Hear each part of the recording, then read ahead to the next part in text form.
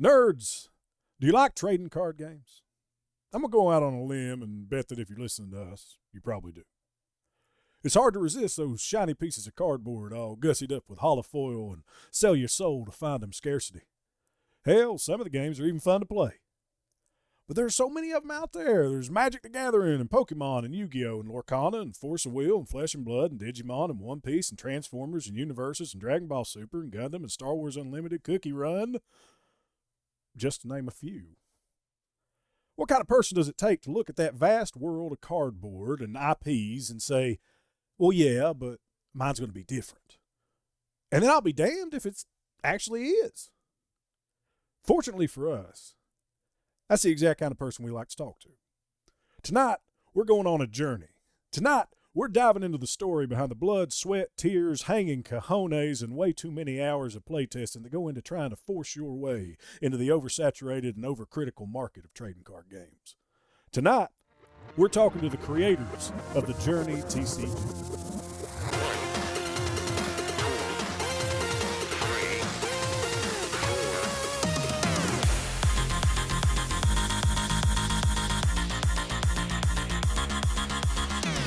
Welcome to episode 43 of The Hills Have Nerds, the only podcast that knows the phrase, it's just cardboard, is fighting words.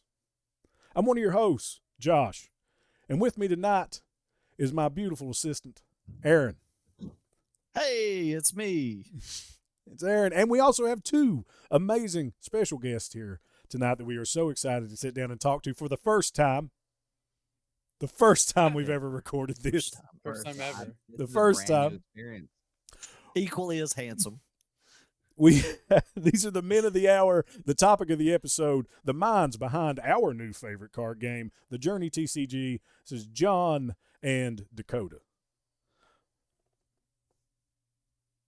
This is where you boys say, hey, it's great to be here. This is where you can say, hey. This is where you can say, Hello, I'm Dakota, and this is my beautiful assistant, John. I'm John. I'm better than Dakota. All right. So boys, introduce yourselves. So, Dakota, John, whoever wants to take the floor. So who are you? Why are you here? Just give us a quick, the quick rundown. Well, my name is John. Me and Dakota wound up making Journey. Took us about 10 years.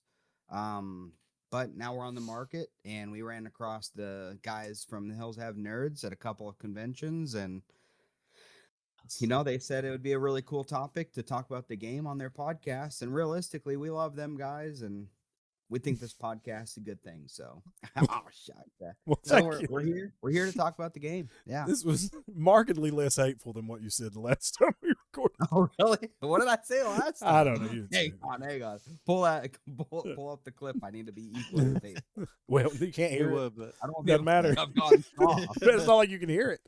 All right, Dakota, who are you? What is your role in Journey? What are you? Yeah, wait, John, what is your role in Journey? So you guys made the TCG. So John, who are you in Journey? Yeah, so Journey was originally my brainchild when I was working at Honda.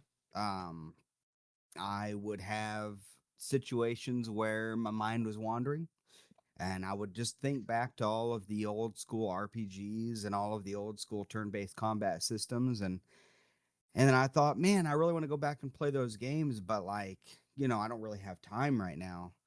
And so then I was thinking back to playing Yu-Gi-Oh! Because I come from a big Yu-Gi-Oh! Background. So about 10 years I played competitive Yu-Gi-Oh! And I was thinking, oh man, I kind of want to go back and play Yu-Gi-Oh! And I didn't have time for that either, especially when I'm at work, right? So kind of a little passion project.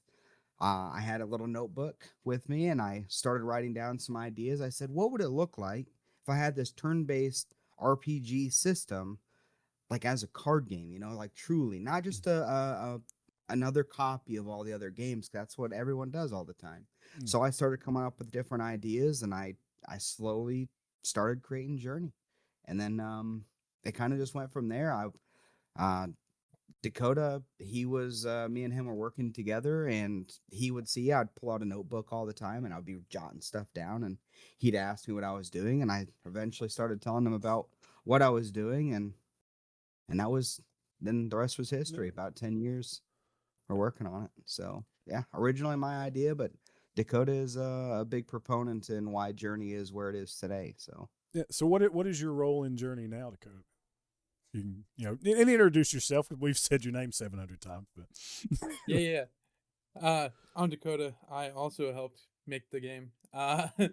Yeah, so John pretty much told me about it, and I had never really been a big like TCG player. I had like collected some of the cards when I was a kid, but I had never really played any of those games. So originally, I came on to do some of like the back end stuff, and then John used me a lot as like, hey, as a person who doesn't know how to play, is this easy to play? Can you get into it? And then as that just turned into literally 12 hours every single day of playtesting for like a year, yeah. I got pretty good at TCGs. I want to get um, into all of that and like the deep dive history of Journey, but just for our people that are listening, so they know you guys. John, it was your brainchild. Dakota, you were the second to come on, and then you guys just kind of built this up. But what is Journey? I know, John, you kind of alluded to it when you were introducing yourself, but just what is Journey? What's kind of our quick elevator pitch? What makes Journey different from other card games? Just why? What is it? yeah, for sure. So Journey TCG is an old school RPG system that is built into a trading card format. So all of the old turn-based combat systems from the old Super Nintendo era, that plays out on the table. Instead of just, relying on resources like the typical trading card game does today, it follows all of the same format and structure of those old school RPGs where you'd pick 3 different adventures. They all have different classes and unique things that they do. You pick 3 adventures, you build a party of them, and then you wind up building a deck of items, abilities, and equipment. And the goal is just to knock out the opposing 3 adventures. I don't have a health pool, and neither do you. We're just controlling our different parties of 3 adventures and seeing who comes out on top. Whether you like berserkers, you just want to go all straight damage, or if you like having a blend of something like putting 2 rogues and a support class in there. Everyone builds decks differently, and that's kind of the joy of it. There's 56 adventures, and you can mix and match all of those in any way you want. So there are thousands and thousands of different party combinations that you can really do battle with, and it's a heap of fun. So when did you guys launch? You're live, right? So when was the official launch of Journey? Yeah. So we Journey launch. Oh, correct. Yeah. We officially launched December 5th at GalaxyCon in Columbus. Before that, we had done like a public play test in 2024, I believe it was, with some of our local game stores. That's how we got some public opinions and made a little couple final changes. But then the official launch of the first official release or first official set was December 5th of 2025. Absolutely. Okay. Yep. So you guys have been on the market for what, 7 months now? It's a little over 7 months. Well, I guess exactly 7 months, right? Yep. So December 2nd, something. Yeah. Aaron, are you playing Power World while we're doing this interview? No. Okay. I'm just saying because Steam just popped up today. Proto Man is playing. Are you thinking about playing? He's playing Power World. It is pulled up, but I'm not He's It's like, playing. no, playing I'm Power- not playing it. I'm just on the start screen. I'm gonna really zoom in on the reflection on your glasses. I'm gonna call you out. I just got a notification. Proto Man is playing Power World. All right, so you guys have been on market for 7 months now, and you're completely self-published, right? Yeah. Yep. Okay, so you have no like shareholders or anybody that you're beholden You're to. not or anything? beholden to anybody. That was one of the things we really wanted to work towards. So we were both just working, and we put our percentages together, and we paid for that first order, and ever since, Journey's just been kind of self-sufficient. And you didn't Kickstart or anything, right? Nope. That's Not yet. That's Yeah. something that we are. That's something that we are definitely eyeing down. Well, I was going to say, like, that is so refreshing's probably too strong a word, because I don't mean it to be like to denigrate people who Kickstart, but it's unique to hear in these environments a new game or a new, especially like a TCG or something that's hit the market that wasn't kickstarted or crowdfunded or something like that, and like real wild open crowdfunded in some way. I think that's a testament to, I guess, the confidence you guys have in your game, right? That you put your money on the line, right? And I know other people that Kickstart put their own money on the line, but this is all you guys. Yeah. Right. Yeah. So yeah, that's one of the reasons it did take so long, is just because we didn't want to have people we were beholden to. We didn't want some corporation that doesn't really care about the game and only care about profit telling us how to do things.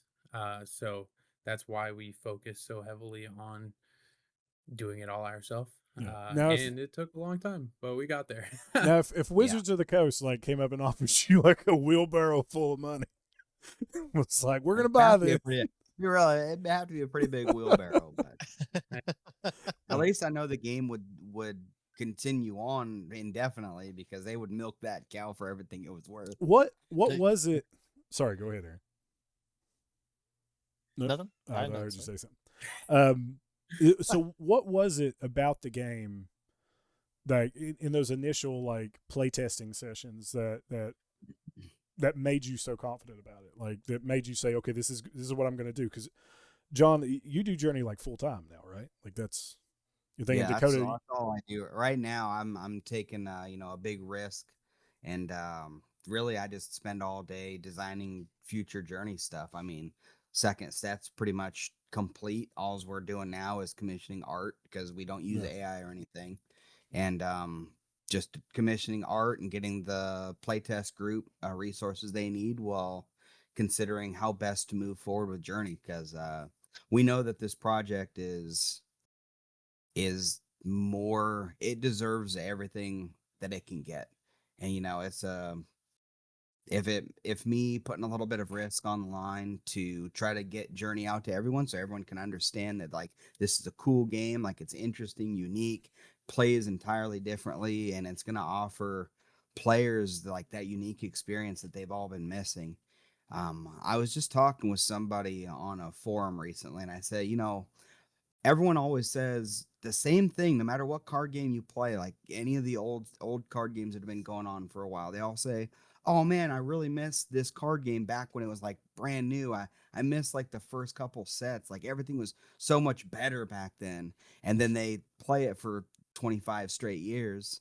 And then you got all these other card games that are popping up, right? And it's like, you could try one of those card games, because that's the feeling you're looking for. And like, that's what Journey offers. Not only is it the beginning of a game that has such great merit, but it's got that feel that people are missing, that they're wanting, that nostalgic beginning of a journey sort of thing, Oh, I see what you did there.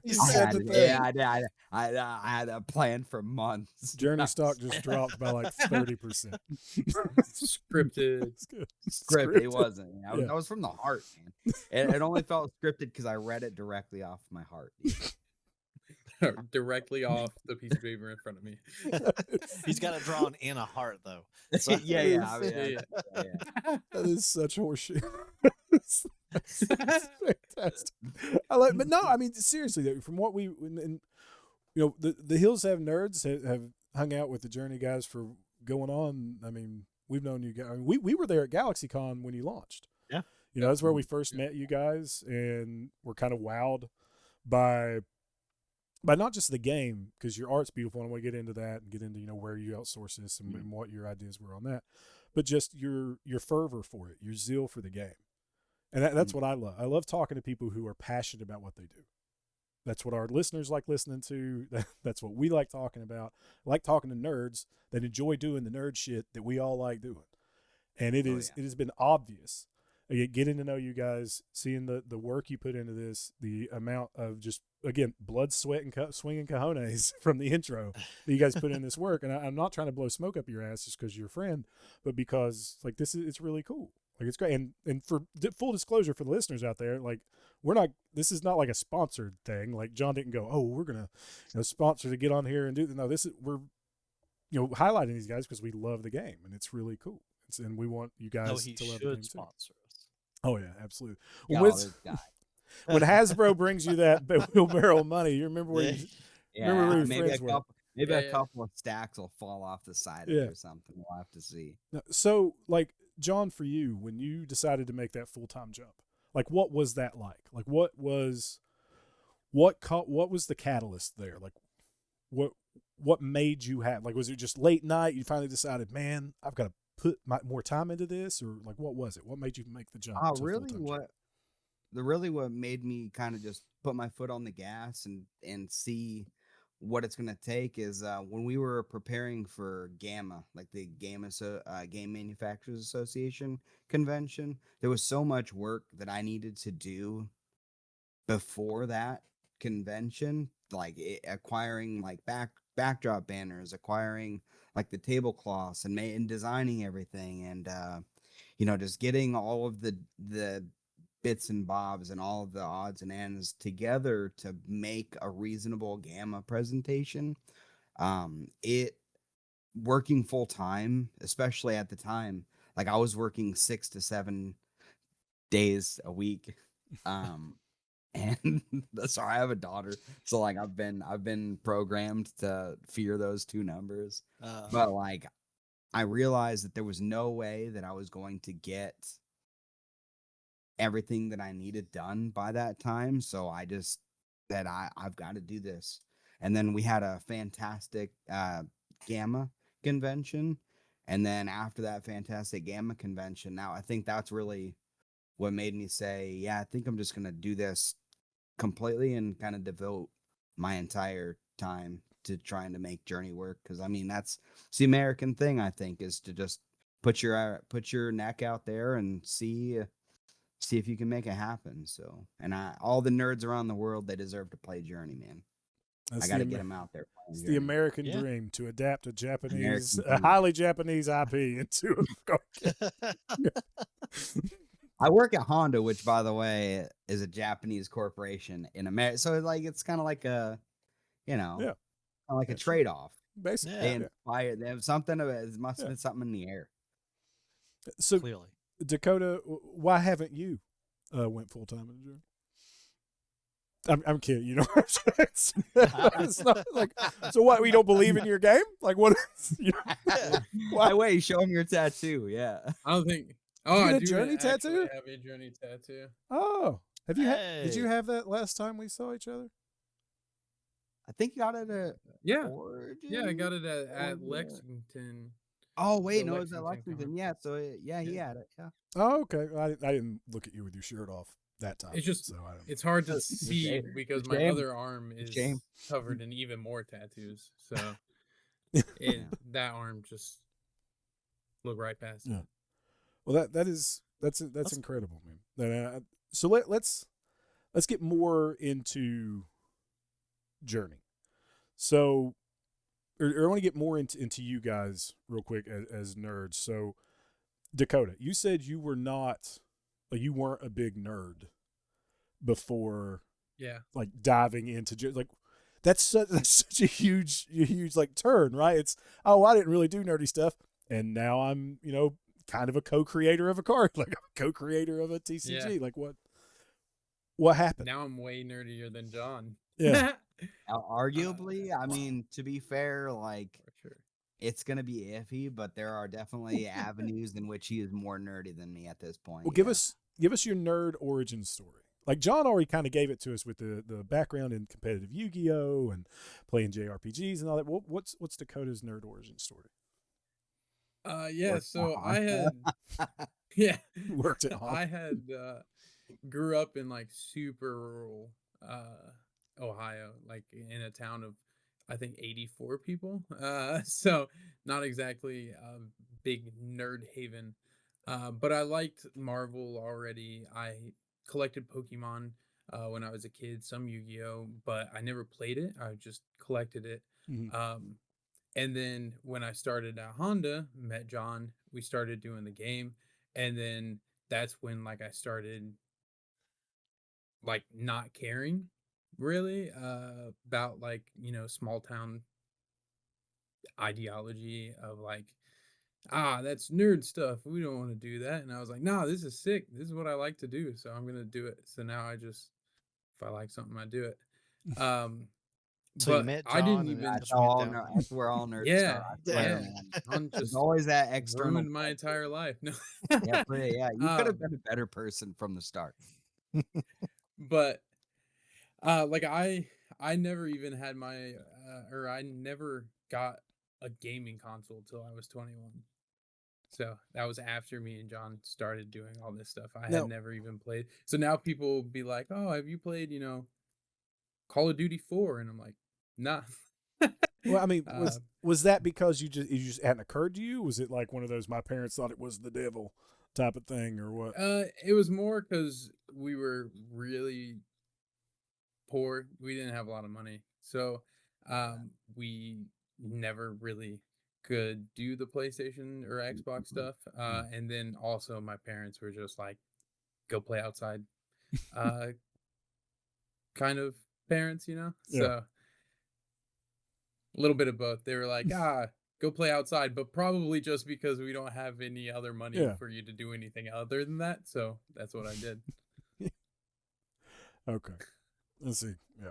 I mean, our backgrounds aren't too much different. I just had the one console, and then like we would rent games back when you rented games Yeah. from like Family Video Oh. and stuff. Oh, yeah. And then we would rent it for like $5, and for that 7 days, I never moved myself from that console, because if I didn't beat it in 7 days, You had to take it back. I might never do it. Yeah. I might never see the rest of the game. I remember when we'd rent things. This was before discs, so before like local saves on the actual hardware is when your save game was on the cartridge. The cartridge Yeah, games. we would rent the cartridge games and then just hope, in the week or 2 weeks, however long it took you to beg mom to take you back to rent it again, that no one rented it and deleted your saved game off of it so you could get it and come back and play.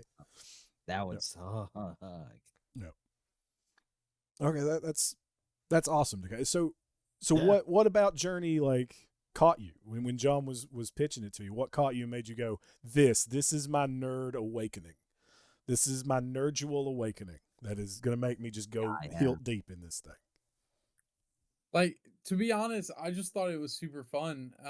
And I had never played like party-based RPGs at that point. So like this, everyone loves old RPG games and Yeah. JRPG games, and everyone's like, "Oh, my first ever RPG game that I ever played was Final Fantasy VI," and that I love that game. This was my first one. So like how everyone feels about those old video games is how I feel about Journey. It was like this was the first time seeing this play out, and I was like, yo, this is sick, actually. John explained it to me, and then we started doing like art and stuff, and it all started to come together, and it was challenging, which always, everyone likes a challenge, at least I do. And so like trying to get it all to work and make sense, it just sucked me in and then drowned me in nerdiness. I mean, this is that's cool, but that's so much more than everyone else's like first introduction to like Final Fantasy or something. This is like if your first introduction to Final Fantasy was like Sakaguchi showing it to you, and then you got to be one of the guys that built it.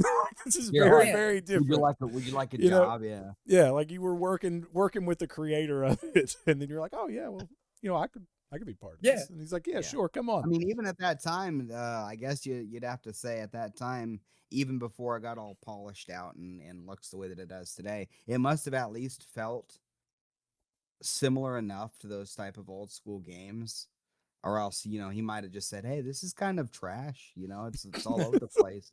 This is dog shit. But it must have must have at least been close enough to get him in there. Also, like when I started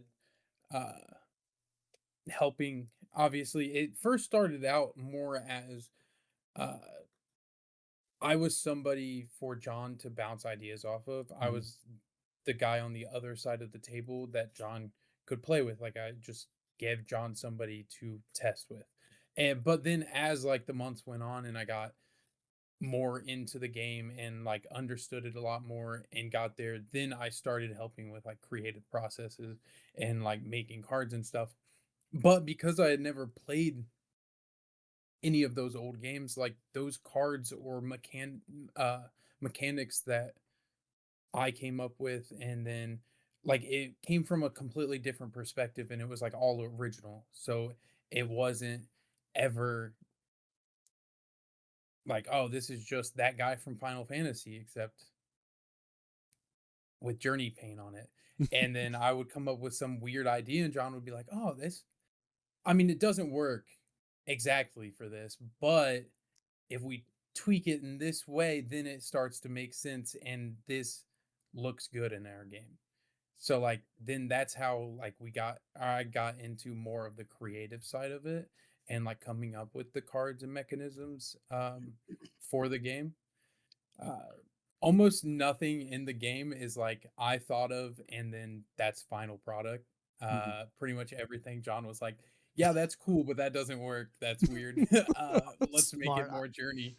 And so I mean, now, it's the ideas are there. Is I do have the overall like image of what Journey is trying to be. So like, I mean, yeah, it's not really like a negative thing. It was just like, yeah, I kind right, of see where we're yeah, yeah, going.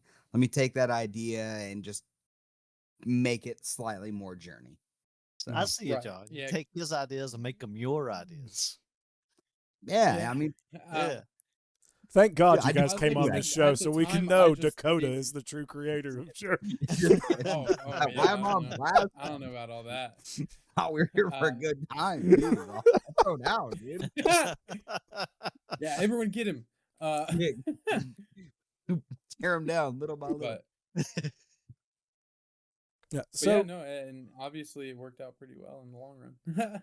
I mean, so far so good, guys. Like whatever dynamic you Yeah. guys got going on, whatever's working is working. Like or whatever way you're working is working because this game is really cool. This game is a lot of fun. I played it. Aaron's played it. Cody's played it. Lee's played it. Travis has played it. And hopefully Travis is going to edit this, so this is kind of an editor's note. Travis is going to be like putting some images up on the screen of cards and stuff as we go through. And so we'll just talk about layout of cards and deck stuff there. This doesn't necessarily have to be edited out, but just editor's note, Travis, throw that stuff in there. Travis was a little under the weather today. Lee had date night, and Cody is with his grandmother. So Who's too cool. yes, yeah. Cody's too cool, hanging out with his cool mama. We just get the drag. We just get the dregs of the barrel. Yeah, Fine. you got the dregs, the dregs. I said the A team, and it starts from Z and goes to A. But Yeah, the we A go team- backwards. Yeah. Count backwards, Okay. like a drunk at a checkpoint. We count backwards. So John, we talked a little bit about your nerddom. You mentioned competitive Yu-Gi-Oh. You mentioned a background in JRPGs. So I want to know more about that. So competitive Yu-Gi-Oh. So you said you compete. Like, what does that mean? What is how far did you go? How hard did you do? So my approach to trading card games and the competitive scene was never like I'm gonna win at all costs. That has never been what my goal was. Like if I wanted to play the meta, like I knew my timings, I knew what to counter, I knew all that stuff, but I don't like meta decks typically. So what I would do is I would compete as hard as I could with the weirdest idea that I enjoyed, because like I only play decks that I enjoy. I don't find a true sense of victory when I'm playing just what the meta is, because like that's like, to me personally, I just think winning with something that's a little off kilter is a lot more fun. So like a lot of the times I would roll up to a tournament, I'd go either 2-2 or 3-1, and I would be at locals, and I would travel around a little bit to go to other card shops and stuff, and I would play kind of unique builds. So like for me personally, back then I played a lot of ice barriers. I played a lot of battery men. That was way back in the day, back when they were first out. And I don't know why, I was just so smitten by these ideas. And that's kind of, I've always been a deck builder type more than I've been like a true, like hyper competitive. type, so I competed, but I would always make people really question like what are the true limits of like the Yu-Gi-Oh competitive scene, because they would be running meta and they lose to me at decent enough to make them question. And so like that's kind of where I went in the Yu-Gi-Oh scene, where like I didn't go to nationals, I didn't go to regionals and all that. Like that wasn't my goal. My goal was to run batterymen and actually beat people that think they're tough, I that are love using these meta things. I So love that. That's like the Spartan 300 style of I don't have to kill you, I just have to make you bleed and show you right, that yeah, if there's like fault. I have There's to show fault you in your that idea, right? you're not. It's not, your victory is not assured. Yeah. But like 80% of the time it is. It's like 60 like to 60. 70, Okay. yeah. The meta's a meta for a reason. Yeah, meta's meta for a reason. Oh yeah. I'm with But you. I'm with you. I hate I- I hate Yeah. the cookie cutter meta stuff. Sorry, go ahead, Aaron. I'm the same way. I was about to say. I was like, not all heroes wear capes. yeah, I like that. I like I that. would I like much putting rather. it that way. Yeah, not all heroes wear capes. Yeah, Yeah. I would much rather put a deck together than follow meta, and I Mm. always did everything I could to go against meta. Granted, I always lost, but I always went against meta. It's a Yeah, moral at some victory. point you have to like have a blend of it. Because I mean, even let's just say I built all battery men. It wasn't like full-blooded battery men. It was like, yeah, I still had some of the meta components, because if you're gonna run a race, you need wheels on your cart. You know what I mean? Like Yeah. Not all carts have wheels. yeah, Does yeah. that- And does not that all work? carts No? have wheels. Yeah, if it's straight battery men, you have a cart but you have no wheels, so you gotta add some wheels on there. You gotta add a couple of sickly looking horses, and then but like you win the race sometimes. So So what was your history with JRPGs? So you said you loved RPGs. Like I what were your really favorites? Where did you start?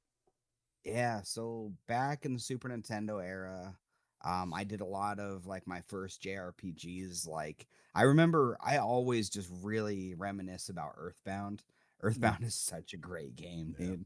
There's a lot of people's introductions. Earthbound It's and so Yeah. odd. Like Mario the RPG. game is so different. Like, yeah, you got Super Mario RPG. I played that a ton back in the Super Nintendo era. Um, played like I on the PlayStation, I wound up playing like Lunar 2, Legends of Dragoon, Legends of Oh, yeah. Legaia.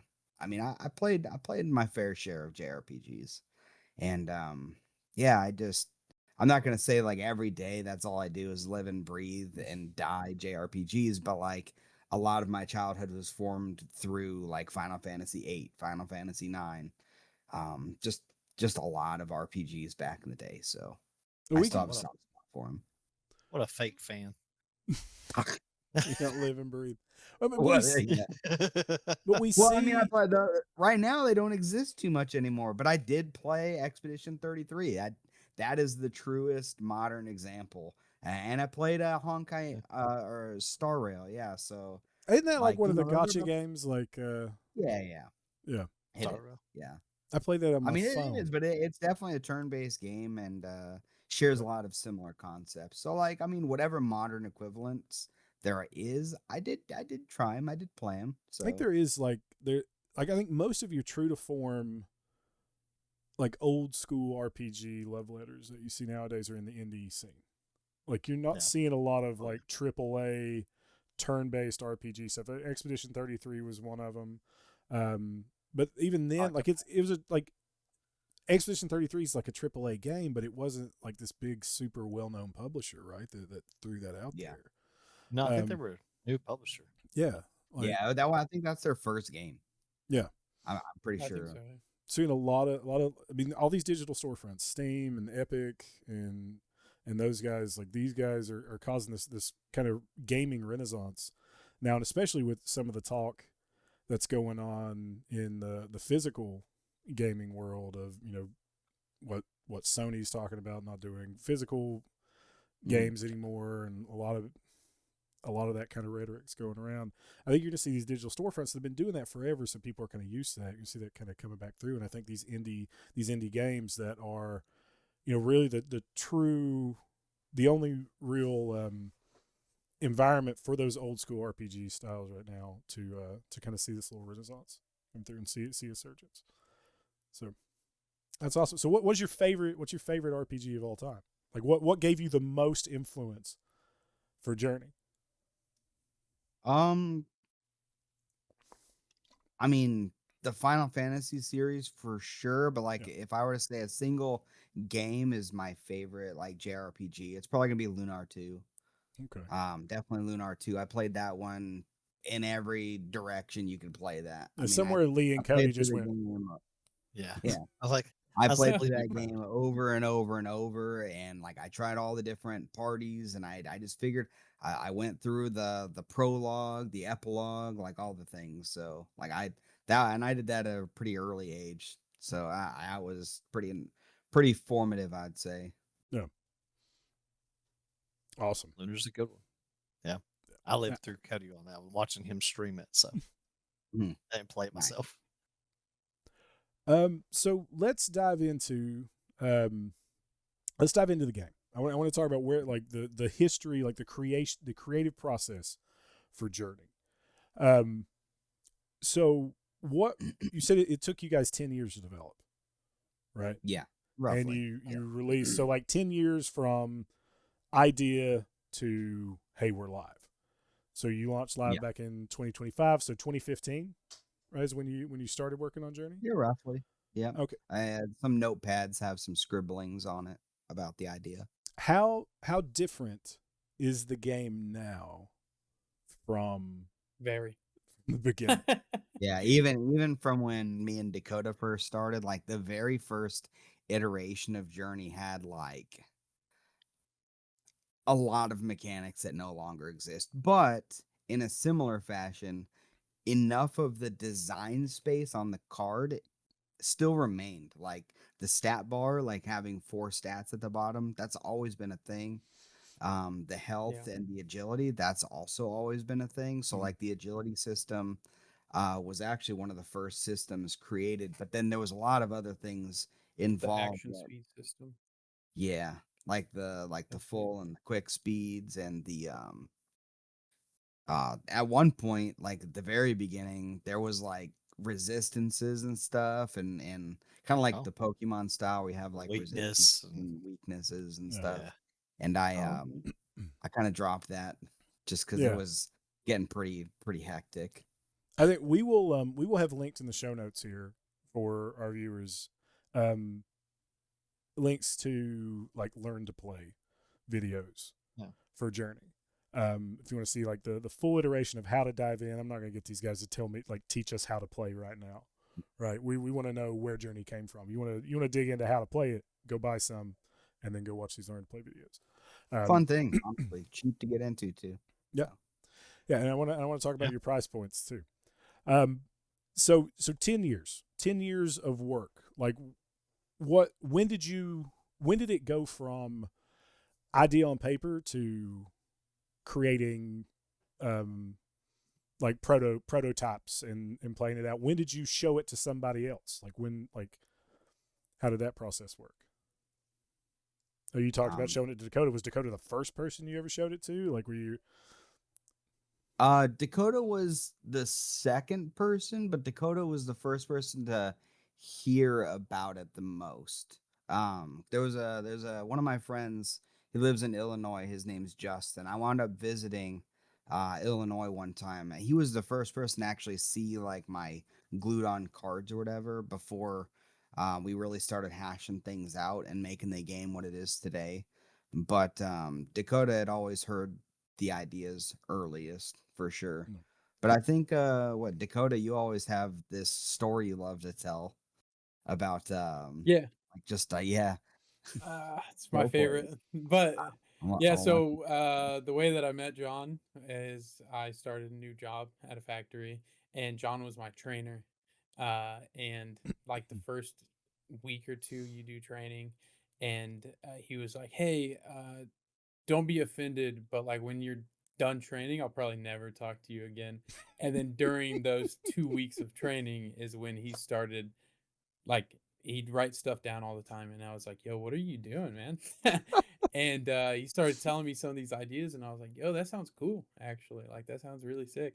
And we started talking about it a lot more, and like how to actually go about doing it rather than just thinking about it. You know what I mean? And now it's like 8 years later, and this guy's stuck with me. I've That's never get rid of them, dude. so like like Never what? talk to me again. Yeah. Are you guys are together now? Like that's you're growing Yeah, old Yeah. together. we're attached at the hip, Yeah. man. Josh said the Oh, same thing to me in elementary school. Look at yeah. us. It's like you look like a nerd. I hate you.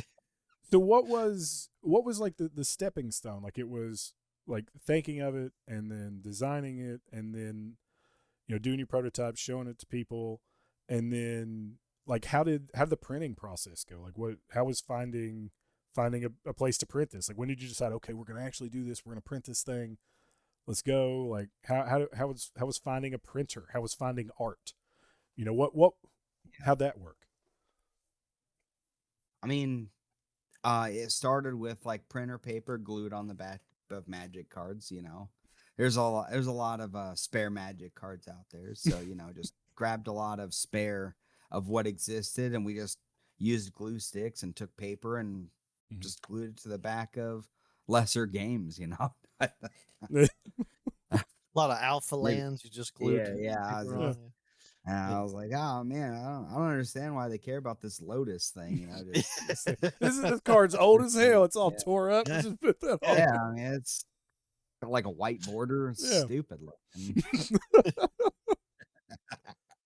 But no, I mean it started off as homebrew as you can get, and then we eventually wound up coming across a website called Make Playing Cards, which kind of allows you to upload your own designs, and they cut them and they send them to you, but they can't do like randomization, they can't do packs or any of the other major manufacturing processes, but they can get you a stack of cards. But it was a long time before we actually got like a real manufacturer to get the cards in like a professional fashion. So All right, So- like go I ahead. think- How Okay. did you choose? Like, did you just put out there and be like, "Hey, I need art for this game"? How did you go to artists yourselves and So, get the art? a lot of it started with just like sourcing, like commercially viable sources of pixel art, and then things that I could use in a commercial setting. And then I'd say about half of the art is probably like commercially sourced, like free open source materials. So, assets? Now was yeah, the kinda pixel art assets for- was the pixel art decision like there from the get go? Like we're gonna do pixel art. Yeah, We're gonna yeah, be like true to form JRPG, or did it kind of evolve? It was, to be fair, I was torn between anime and because JRPGs and anime kind of go hand in Yeah. hand, and then, like the pixel art thing, and it just kind of like I always just had this obsession 'cause the project started with taking the Super Nintendo era stuff and putting it on the table, and so like I just had this idea. I'm like, I've never seen a pixel card game. I don't know if it could work, Yeah. but I want to give it a shot. And so it's far it's worked out pretty well. It's so fucking unique. Like it's but it's crazy that nobody done that. Like and maybe one of our listeners will tell us there's a card game, some niche ass card game somewhere. Actually, Oh, yeah, okay. probably, yeah, Is there? probably something like that. I have no idea. Oh, okay. I thought you were about to. No, I think you were about to just- give I credit where embodied credit was that. due or something. Okay. Yeah, I embodied the spirit of a a a nerdy type that's just really gonna put you on blast for being incorrect. Yeah, I we just really have all grabbed that. that. We have tons of those. Yeah, It's we got a couple of them around. Constantly. Yeah. There actually is one called Oh. Pixel Battle. Is there? Yeah, they did they did a Mega Man set, and they actually, but it plays different, but it has a similar pixel art. But it's Where like how long ago? Because like I hadn't heard about that game. I'd never not heard about that, not one time. No, we talking about I'm crazy. Yeah. No, I mean realistically, I've never actually seen. The closest I've ever seen was like Boss Monster. I hear that a lot. Yeah. So I like have- Boss Monster. I'm talking about a I have TCG, fun. like an actual. There's no TCG. This is Yeah. this is just a card game. Yeah. Yeah. There's no Mm. TCG. So I mean, you see But- pixel art in board games and art and Yeah. other games in the gamesphere. But I'm talking about Mhm. like a collectible TCG with all of Yeah. like what they're doing. I- Like it was crazy to me.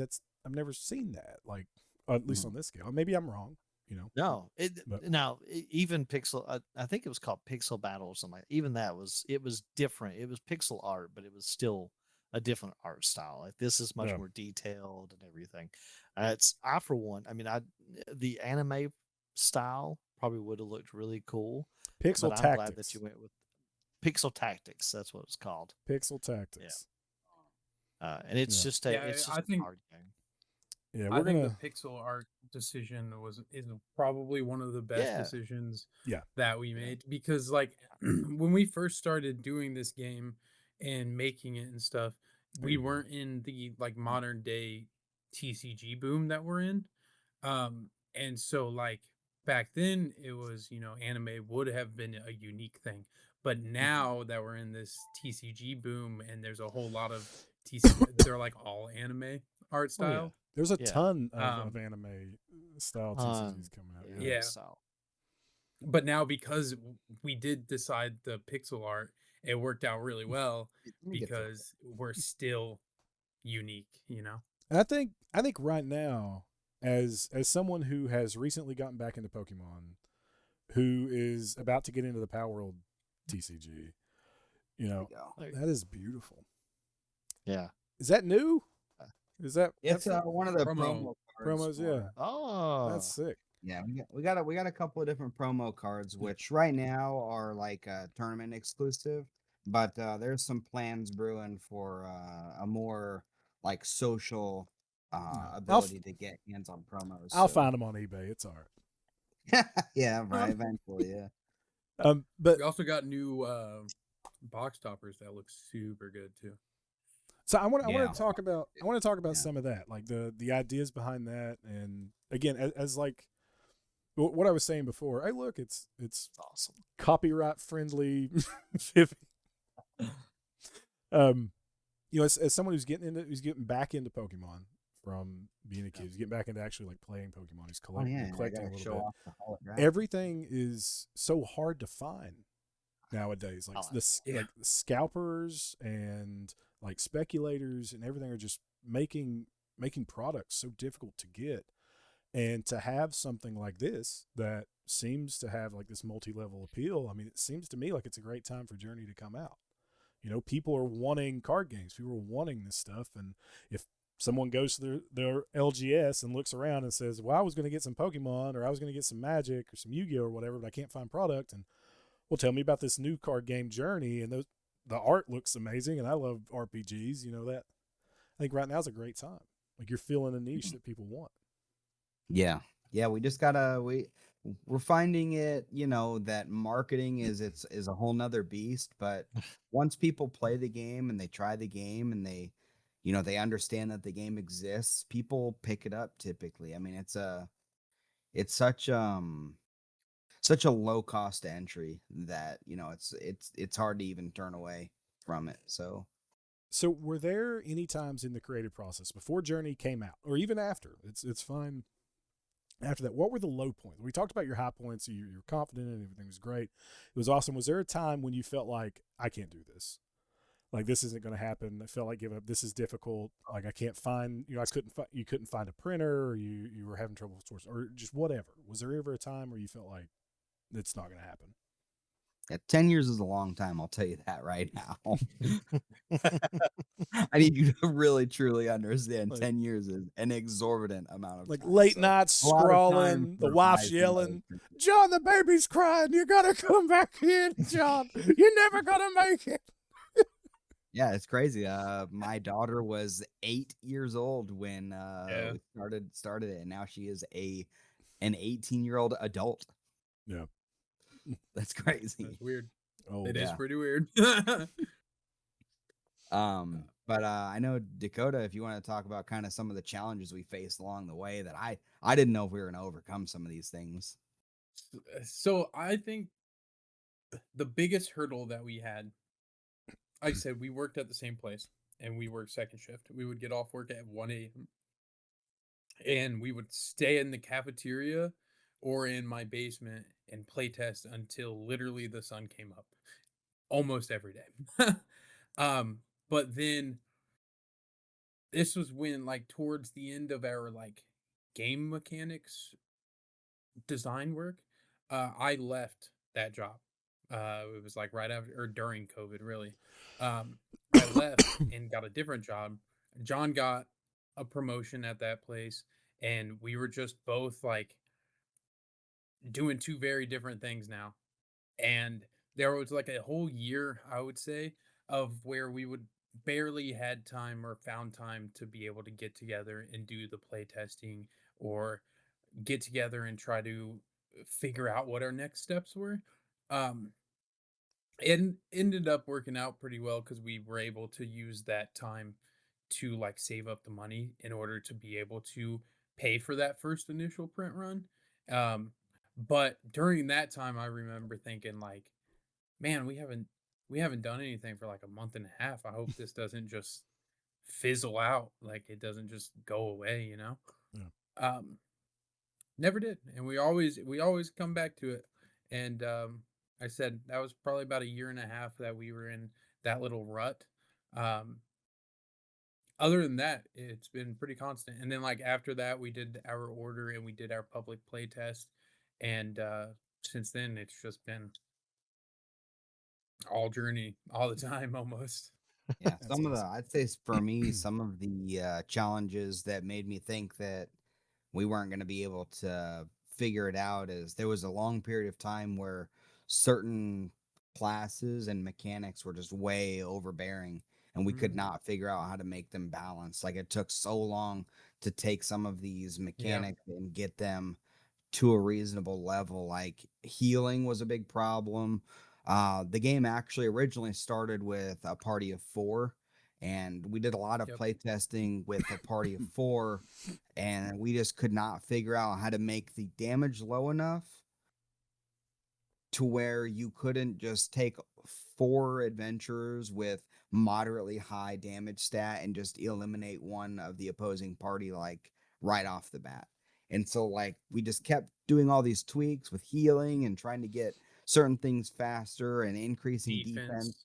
But then what we found is we would just sit there, we overcorrected on that aspect, and then what we created was like a stall, because then you just had too much defense and you couldn't get over it. So um, what we wound up doing is we cut one of the adventurers out so you couldn't just basic attack stack and just gun somebody down, and then we still had the defense and the healing issue, and then we had that cranked up way too high, and healing was a big issue, so we had to cut all healing from the game and then add it so sparsely, because there used to be all kinds of crazy abilities that healed, like I think there was Yeah. one for what originally was because originally it was only like four classes. There was warrior, light mage, mage, and augmenter, I believe, were the four.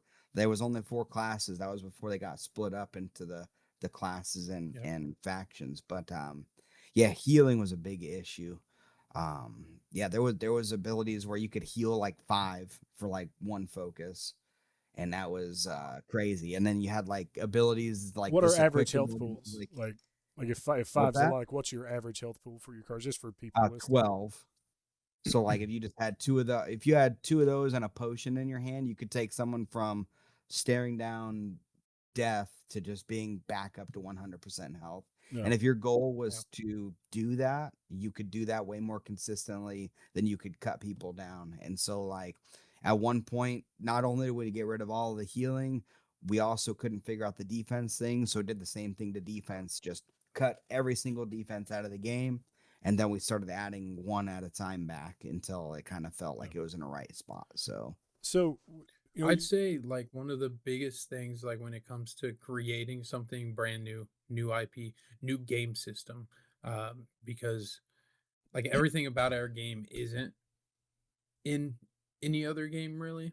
And so the biggest thing you have to do like when you do a project like this is know when something just isn't going to work. And that's like one of the hardest things, because we would spend a year like, all right, this is how it's going to be. It's going to be 4 adventurers. And then eventually we just got to the point where we were like, just admit that that idea that we had is not going to work, and we need to figure something else out. And so like that's what we had to do, like when the classes, because one of the things that we did to fix the classes, or the healing um issue, is back then we had a class called light mage, um which that class did all the healing. It did all the like voiding and negating attacks and stuff like that, all wrapped into one. So one character did all of that stuff for you. The way that we fix that is now it's 2 classes. Pretty much all of the 4 original classes we had were Dark Mage, Warrior, um, Augmenter, and then Light Mage. Those are all, they have direct 1-to-1 classes now, except for the Light Mage. The Light Mage is kind of split in between Ascendant and Exorcist now, which almost immediately fixed a lot of our issues that we had. As soon as we did that, and we were like, all right, now you can either choose to do voids or choose to do some healing, or your whole party just does that and you're not going to be able to do much damage. And that fixed a lot. But just having to admit, like, yo, this whole class, like a quarter of the game, at that point, we had 4 classes, one whole class, we had to be like, it's just not going to work. Like, we have to figure something else out. And that is like one of the hardest things to do. And that's what you have to just take on the chin and do, you know? Yeah, and a lot of people will look at like the game right now, you play it and everything seems so obvious, but it wasn't. That's like looking at a painting and be like, "Oh yeah, that painting makes so much sense because it's you're looking at the painting." But like before it was just a blank canvas. Like it didn't have structure, it didn't have lighting, it didn't have shadows, it didn't have a theme, it didn't have nothing. And then like and imagine trying to paint a painting and you're also not a painter. So like, so like a lot of iteration I don't went have to into. imagine that. I've painted paintings. I'm not a painter, and those paintings So like look like even shit. though it looks like a painting now, like it took a lot of turns, some hauntingly awful looking turns.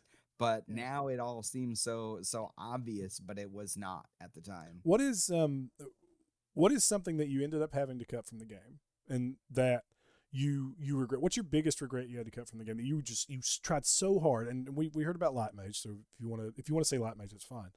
But something you were like, man, I want this to work. I want this to work. And then you just could not get it at all to go in. Your biggest regret right now that you had to cut. I don't think there's I mean, if anything, Or I guess not maybe necessarily regret, but just like, what are you saddest? That it's like, oh, I had to hold this child's head underwater. We had to throw it up. so beautifully put. I Yeah. feel like the You had one a Sophie's thing that- choice. What was the one you Yeah, had? I'm The curious on Sophie's Dakota. choice. Yeah, maybe Dakota has an idea. Like to me, like maybe the Light Mage. I have one other idea, but I'm curious Yeah. to hear what Dakota's. I was gonna say, like, we have quite a few adventurers that we ended up having to axe, uh, that we loved. Like, they were great characters and great cards, but because of the way that our game is, we still plan on doing those. Like, for instance, one of the characters we had originally was Mary Shield Maiden, which is going to be in the second set. So like it sucked because we had to cut her, but Yeah. because There of we the go. way There we that the go. game There you is. go. Yeah, Anybody yeah. listening, you're getting some insight into the second set. Yeah. Yeah. Right here on the Hills Have But Nerds. yeah, but she was just such a fun character to play. She was so good, but she was just too good for the first set. Yeah. And so now You just that we're couldn't get adding, her with the to a second set, spot it's where you double. wanted Every her. deck we built had to have her, or else Mm. you would just be completely Yeah. out of luck. And it was like, in order to get her to work, it's just not her. You know what I mean? Like we had to change so much that like it's not the same character anymore. but now with the second set, like I said, you're doubling the card pool. You're giving a lot more options and everything else. A lot more options to like solve the issue that you face with her. Uh, that now she is possible. So I feel like that's the one thing, because I think that's the biggest like regrets of like things we had to change would just be a lot of the different characters that we had to get rid of. Yeah. But we at the same time know that they're not gone forever, you Yeah. know? So Yeah. it's kind of It's just kind it of a weird didn't thing about it. Definitely, it didn't Mary fit. as an individual adventure is probably the Yeah. one adventure that we just couldn't work without her just being overwhelming. I mean, me So loving much so that she was paladins pretty much and the first.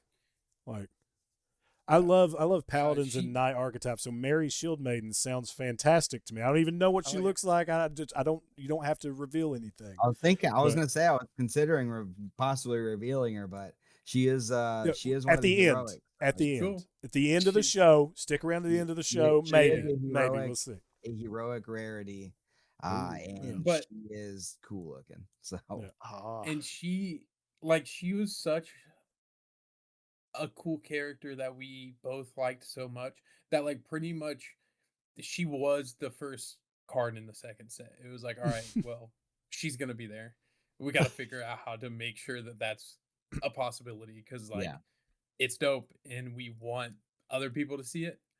Mhm. So like, yeah, she's just always been like, as soon as we put her away, we were like, yeah, she'll be back Yeah. Yeah. real soon. As soon And as we can make also, it work, when we'll make it when work. second set comes out and people are playing Mary and they're going, "Wow, Mary is so good." Just remember, Mary was way better before. This is her being very nerfed from what Yeah. she was. Nice. So like she was crazy difficult to deal Yeah. with. All right. So I want to get into like some of your design, um, design philosophies. So you guys have held up some cards. Mhm. If somebody wanted to hold up a card, Aaron, if you wanted to, I wanted to talk about like your card layout. Like, how did you come about this? And I know this isn't for anybody watching. It's probably a little bit difficult to see. And we'll get Travis. Please put a card on the screen somewhere so Yeah, the people can editor see. guy. Yeah.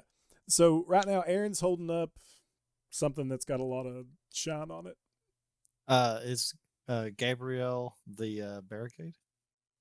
Gabriel the Barricade. And then we got Vexus the Void Heart there. That's actually really good on John's screen. That's really clear there. Yeah. So give us some insight as why are the cards laid out the way they are? Like, what are we looking at here? Just really So, quick. We don't well, got to get super in the yeah, of dirt. course. Yeah, yeah. We're not trying to teach people to play the game. So you got your agility value right there. Mm-hmm. You got your health value right there. So agility just chooses, allows you to choose who's going when in the battle block. Because in Journey, you're not actually taking actions; you're just controlling what your adventures are doing. Mm-hmm. So they have to have a way to determine who's going when. Yeah. And then you have like a basic attack value. You have the couple of defenses right there. And then you have a special value. And every class has their own special. And, if you will start playing the game, you'll find out what those specials are. But each class does something unique, like Dark Mages here.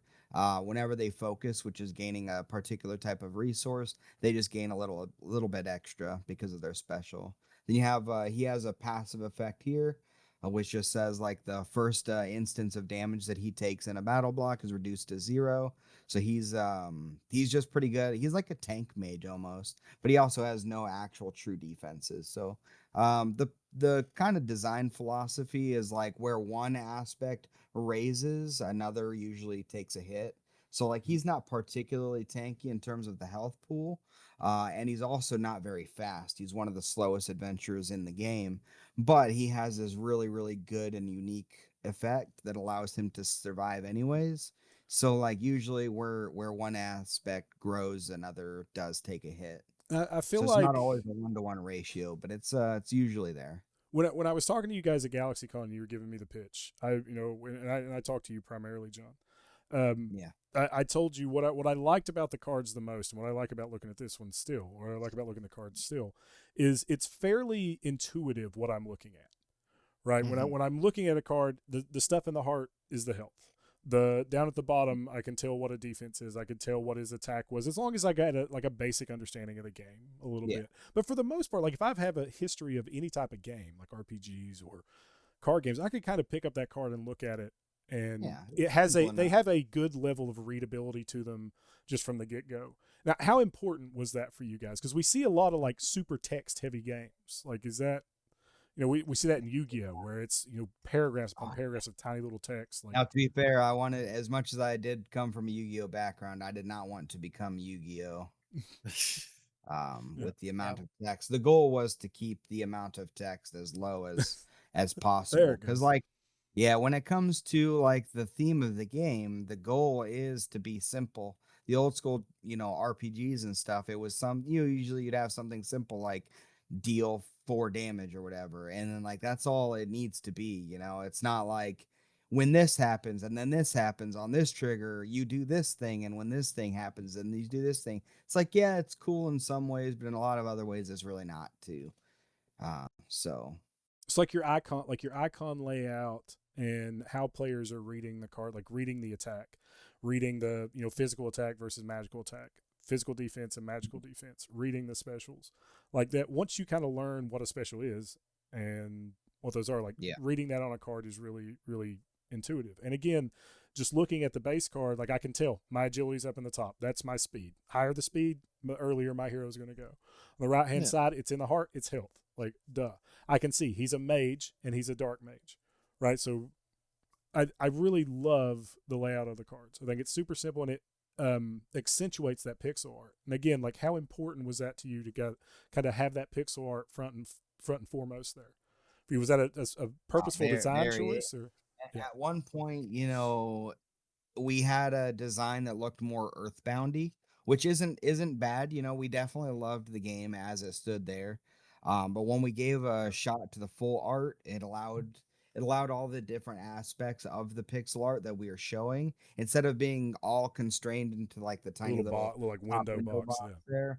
Like, in order to really show you that this is a pixel game and you could really admire the pixels individually, like, we had to blow it up. And when we did that, all you could see is like some small half aspect of the card, whereas now you can see, like, because it all goes below the text and everything's like much bigger and it's still cohesive, so it adds to it in a whole different way. But originally we had like bounding boxes and stuff, kind of like Yu-Gi-Oh would have, where it's like the text box was just a solid flat color, and then there was like some other pixely patterns and stuff, but it just didn't feel as cool. I mean, it did feel cool in its own way, but I think this is just more, you could really enjoy the art a little bit more in this format, the way that it is. It's very important though.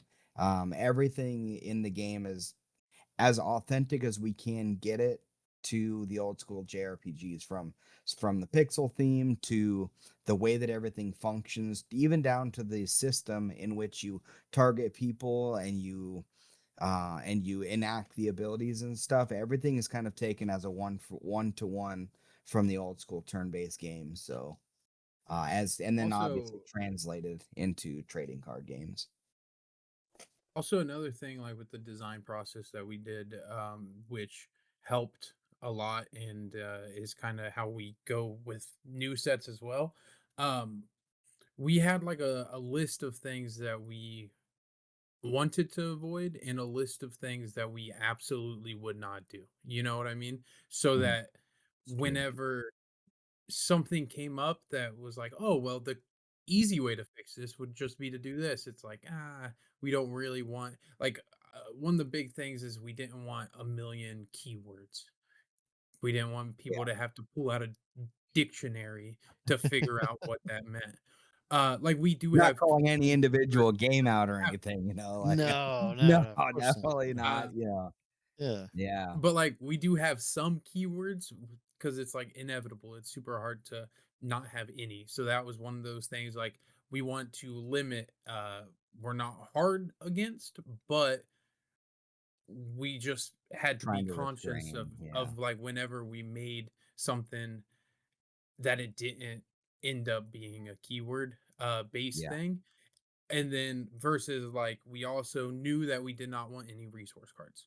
So like we don't have land or energy or anything like that. And we knew that that is something we 100% wanted to stay away from, would not have. And so that just, you kind of set a direction, and like that's how we do our new sets that we're working on now. Me and John sat down before we did the second set, and we made like a list of all right, so we know the current meta and we know the current game and how people play it. What do we want to accomplish with this new set, and what do we want to avoid? Like what can we not have in the new set because it would be problematic with our current sets. um and like that helps a lot during the design process, I Yeah, guess. it's funny too because like Dakota was talking about like not having keywords, and like we rode that, and we stayed true to that. And but what that resulted in is you'll find like we said we want what the card does to be on the card. We don't want it in a keyword as much as we can avoid it. And so the the text box is only so large unless we start doing the Yu-Gi-Oh thing where we really shrink everything down to Yeah. minuscule levels. So had to get really creative on how to word things to kind of portray what the card's doing without having too many words because there wasn't enough room, right? And so that kind of led into just a couple of instances where people were reading the card and doing it slightly different than what we imagined, because we knew the card worked a certain way, and so the way we were reading it would work for that. But then also somebody could read the card new, and they said, "Oh, it must work like this," and we're like, "Oh, dang, we didn't even cross our mind you can interpret it in that way." So like trying to get It's really creative with less words and that to do certain things did result in just a couple of confusing things, but I think we're on a good path now. that's also like one of the hardest things about designing a game and it taking so long is, by year 4 you're trying to look at it like you're new, but it's almost impossible. So you're like, oh yeah, everyone's gonna get this. This is Yeah. kindergarten level. Yeah, no. But of course it was to us because we had half a decade in the game.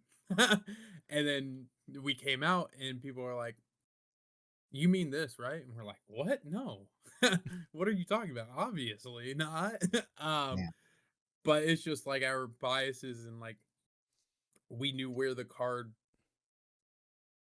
like the purpose behind it is, and what we Yeah. wanted it to look like Well, there's versus what it says. the intent of the card, right? Yeah. There's the developer's intent of the card. And then there's how the card functions, rules as written, or there's the player interpretation of the card, and then there's how the Mhm. card functions, rules as written. And sometimes all three of those damn things are different. Yeah, It's and more so even as the meta was growing, like in the Columbus area, like we were having to make rulings on different things, and like we always had the intent of certain things happening a certain way, but at some point, right, you have to take the words for what they are, and then the most logical interpretation becomes law. And so like there's a couple of instances where the community had a direct influence on the way Yeah. that certain things are ruled because we thought it worked a particular way, but logically with the words, like it just like it works a Yeah. different way Like now. it's And it's so one of people are those like, things where like, you nerfed this, but it's like, no, actually yeah, the community helped open our eyes to Yeah. the most logical interpretation, and now that's the way it works because that's what right. it says on the card. It's like the same thing as like we had an intent, but then as soon as they opened their eyes of like how they got to where they got to, we're like, ah yeah, no, that Yeah. what you said is Well, so obvious now that we see well, it. we see And that so that's as how it has to be. I mean, we see that as nerds who play in these spheres, right? With games where you can play test until you are blue in the face, until you are sure everything is as tight as it can be amongst you and your play testers. Mhm. And then you release it into the world and you get that much more feedback on it. And nobody can, not even the best developer. And I think that's something we as nerds have to give a little bit of grace to. We as consumer nerds have to give a little bit of grace to these developers, in that nothing is going to launch perfect. It just can't. It can be as perfect as it can be, and sometimes that is amazing and it's super close. But it is never. You can play test and play test and play test, but you're never going to get everything, because there's too many, especially with these card games. You gotta, even if you have a smaller set, because your first set was how many cards? 159. Okay, 60. and how many? Well, how many? 160 with Virali, but yeah, Yeah, and how many cards are in a deck? 20. 20, and you have three heroes and then 20 cards in a deck, and you're against each. So even in those smaller those smaller sets, those smaller 56 card sets, adventures, by the way. So yeah. So and 56 of the cards are adventurers. So you're going to have 6 out of 56 possible adventurers on a table at any time, right?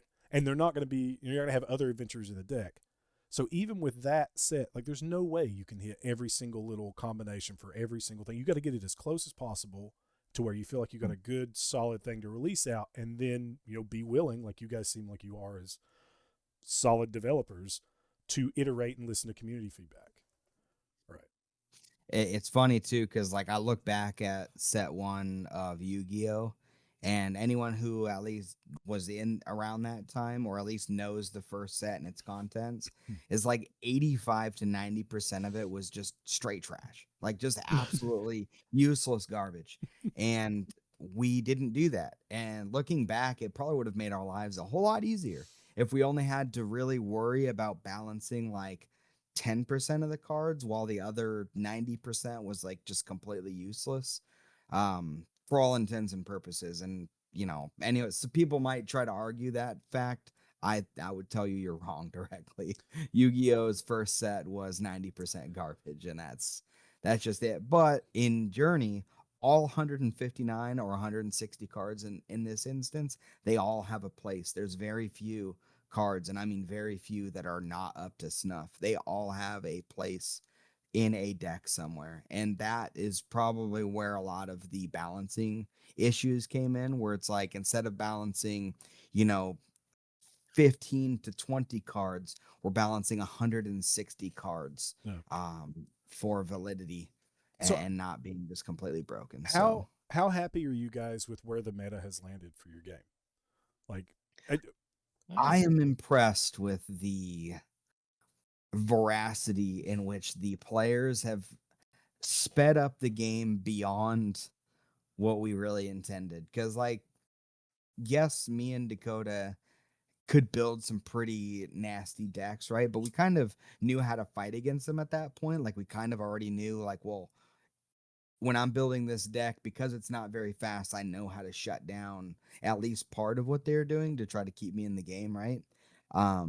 But a lot of players, like especially with Spellweavers, with Rogues, with even realistically, Exorcist to me is the most amazing deck type that the community has created, because like I didn't foresee the ability of Anne, or the effect of Anne, to be so good. I thought it was just a niche, haha, nobody's ever gonna make this thing like particularly good.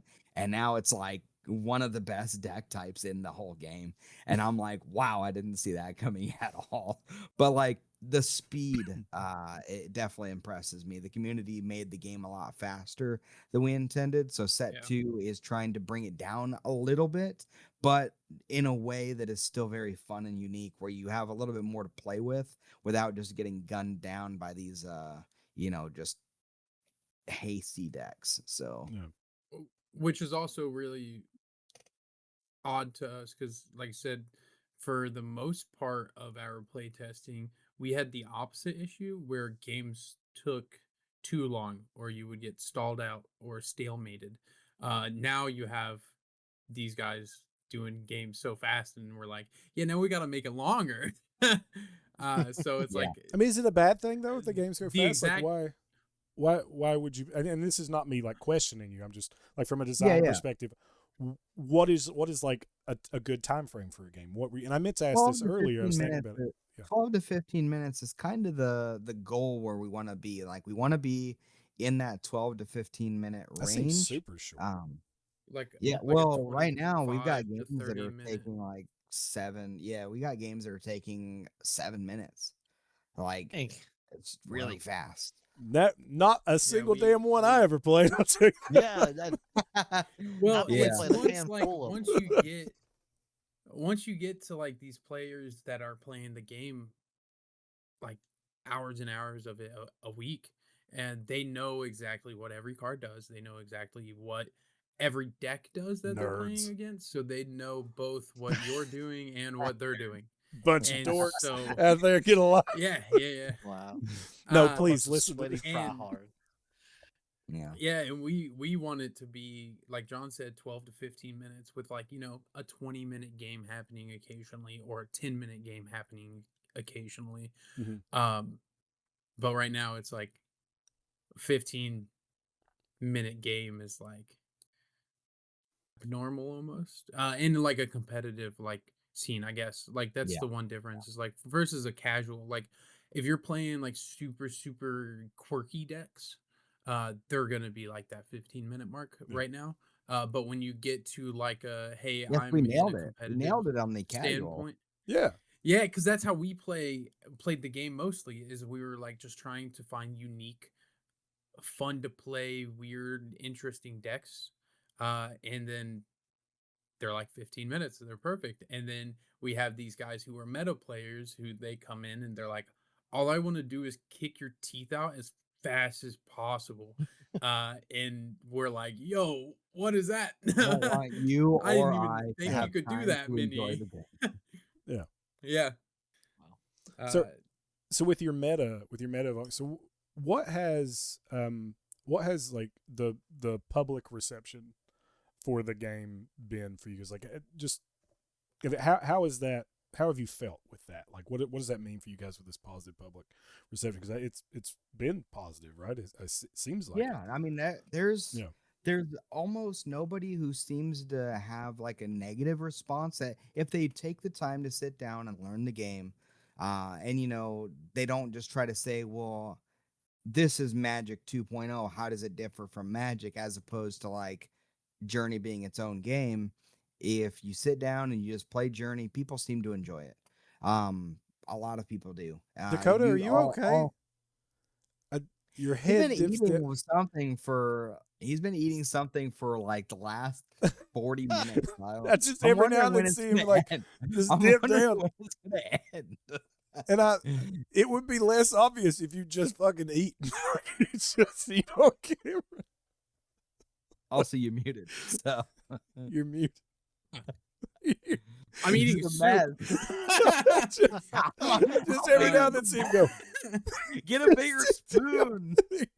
Soup isn't exactly an easy to eat on camera food. I don't know. I don't know what to tell you. I mean, as you were like, keep doing your thing, but I was just letting you know, like, it's okay if you want to No, eat those. we got They will Olive judge you. Garden, If they think and that it you took eat, they will judge you.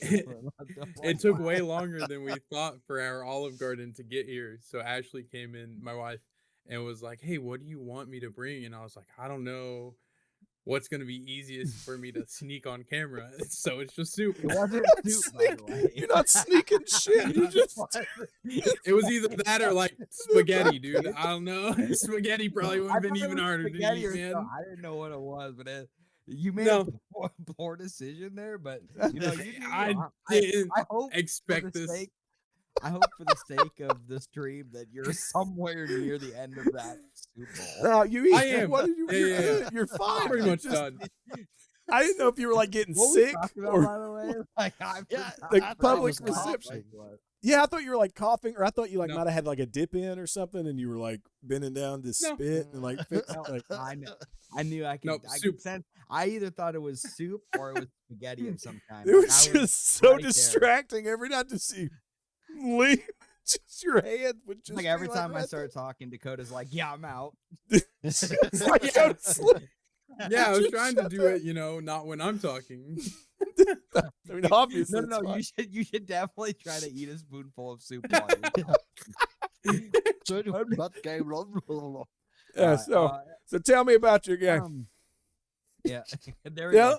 tell So me now about we're all Journey. Now we're all judging him. What's your What little was the game about? I'm gonna be honest. I completely forgot what the last question was. It was I public did too, reception. What has public reception meant to you? What My have you bad. seen from public? Oh, You're fine, yeah. Dakota. I just was Oh yeah.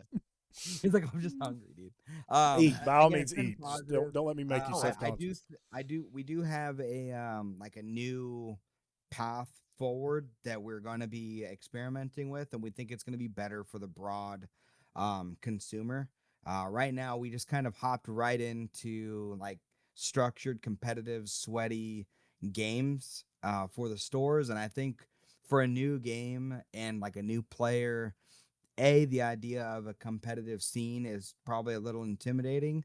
But also because it's a new game, some people don't even know all the things that exist. But the people that do, they're having just a field day, kind of kicking the teeth in of anyone who shows up to a tournament. So our new approach is going to be a little bit more casual friendly with a sprinkling of, high competition. But like our goal now is going to be to build our community and get more people involved before really showing them like how what an S tier meta deck might really consist of. So, Do you guys feel like you kind of hit the mark with the new player experience? Like I know you guys have starter decks, right? So you got what, 3 starter decks, 3 official. yeah, starter 3. decks? Yeah, there was a promotional one, but it's now gone the wayside. Okay. But yeah, So I would say for the new player, like the starter decks, we did a lot of playtesting to make those as enjoyable of like to fight against as possible, with a couple of high points and a couple of like comeback mechanics, because we added comeback mechanic cards, and it took us a while to actually come up with some stuff to add for that. So like Cyber Soul Axe, Angel's Light, those are comeback mechanic cards for these decks. Prior to those existing, there really wasn't any way for two. So like, let's just say the 2 damage dealers just went at it and now they're gone, and then you're left with your supports. There was like no way to overcome the opposing support class, and so it would just end in stalemate. So now we kind of have it to a point where it's just a lot better now for the new player. Yeah. Even pulling packs and stuff, it's exciting. If they open some packs, everything seems like it has infinite possibilities, because it does. I mean, realistically, it does. The only new player experience I think that we faltered on just a little was making our public events so competitive. And I think if we change that over to say, hey, come aboard, take a look at what exists, and everyone's just kind of like, joining together for the love of the game first before getting into competition, I think that'll be better for everybody. So, yeah, that's awesome. So you talked about new player experience for opening packs. So that's something we haven't touched on yet. And we are about our 90-minute mark here. I mean, it feels like we got a lot more to talk about. If you guys want to go a little bit longer, we can, or we can start kind of wrapping up. I got more soup to eat there to go. You can. I didn't point out. I want to say I didn't point out. I couldn't resist. Dude. I didn't point it out to He call was you out. hungry. It's not his fault. I pointed it out to tell you didn't have to do that if you wanted to just eat. Like, you didn't have to go to like try to hide it. I wanted you to be comfortable. At the almost empty soup bowl and just despair. No. I just wanted you to be comfortable. That was all I was trying to do. Yeah, I was just telling him you didn't have to do that. No, but please eat. We'll just, you know what? We'll take a break. You go eat right now. We'll leave it in. We'll leave it in too. We'll just let him watch. Yeah, we'll just wait. Just wait in silence. Just everybody just everyone just sit there. There. Soup break. Like, everyone go like get soup. Nice. So we talked about, like, you made a TCG. So which obviously, if anybody's made it 90 minutes into the fucking episode, they know you made a TCG. But part of a TCG is booster packs, is booster boxes, is hits for packs, is completing a set, stuff like that. So why a TCG? I mean, and we kind of hit that because you grew up on Yu-Gi-Oh and competitive Yu, and that was where your history was. But why was it important for you to be a TCG? And what is your design philosophy in hits and in like rare cards, or your versus you pulling out your holographics and stuff? Just what do you want? Do you want players to be able to grab stuff? Do you want stuff to be not unobtainable but like rarer? Like what's your philosophy there? There's a couple different philosophies when it comes to so when we were showing people the game and telling them what it was about, a lot of people were suggesting like, oh, you should just make it like a CCG or like a collectible card game, to where you buy like structured decks that would like have all of something in it. For me, that I don't know. For me personally, I don't dig that type of game. Like, I particularly enjoy the TCG format. I like ripping packs. I like, discovering new things, not always getting 100% of what you want. But when you get something good that isn't directly in line with what you're already building, it allows you to move into like maybe untested territory, and you find new joy in doing that. So the TCG format, even though we created a TCG that is entirely unique, we didn't feel like it was necessary to change the way that TCG players experienced buying the game. We just wanted them to experience a new playing the game. So we just kept the format very traditional. Booster boxes, booster packs, starter decks. How many cards in a pack? 10 cards. 10 cards. 10 yeah. cards. How many how many hits? Like if I open a pack, am I guaranteed to get like a hollow foil in it, or? Yeah, so you're guaranteed to get a hollow in every pack. All hollows are not necessarily the highest rarity. So our rarity, the highest one is heroic. So we do have hollows that are just basic or advanced cards. So you're not guaranteed to get a heroic, but you are guaranteed one of those hollows. Right now, our hit rates are pretty player friendly. You can complete a master set with just at most maybe 4 boxes. We just came out with our revised set, which we've tried to add a little bit more like alt arts and like cool, pretty cardboard. And so we do have a couple hits that can happen in one of the other slots as like non-hollow. We have a borderless edict that you can now get in one of the Valiant slots, which looks great.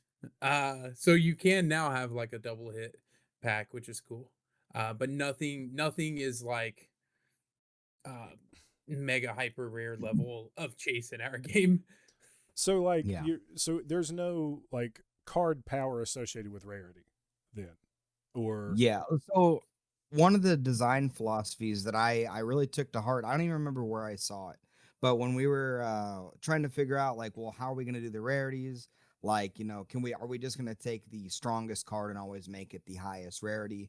I don't remember where I read it, but there was a comment on like a forum somewhere when I was trying to figure out like, how the heck do I make a TCG? I'm trying to look in every direction to figure out like, well, maybe there's some ideas somewhere on what I could do. But one of the things that was said was like, don't make your highest rarity the strongest, make your highest rarity the most unique. And for the most part, we tried to follow that. So like the strongest cards are more typically like Valiant or Advanced, because those cards need to be accessed by most people, and you get those cards more often. So like there are obviously some powerful cards in the heroic slot.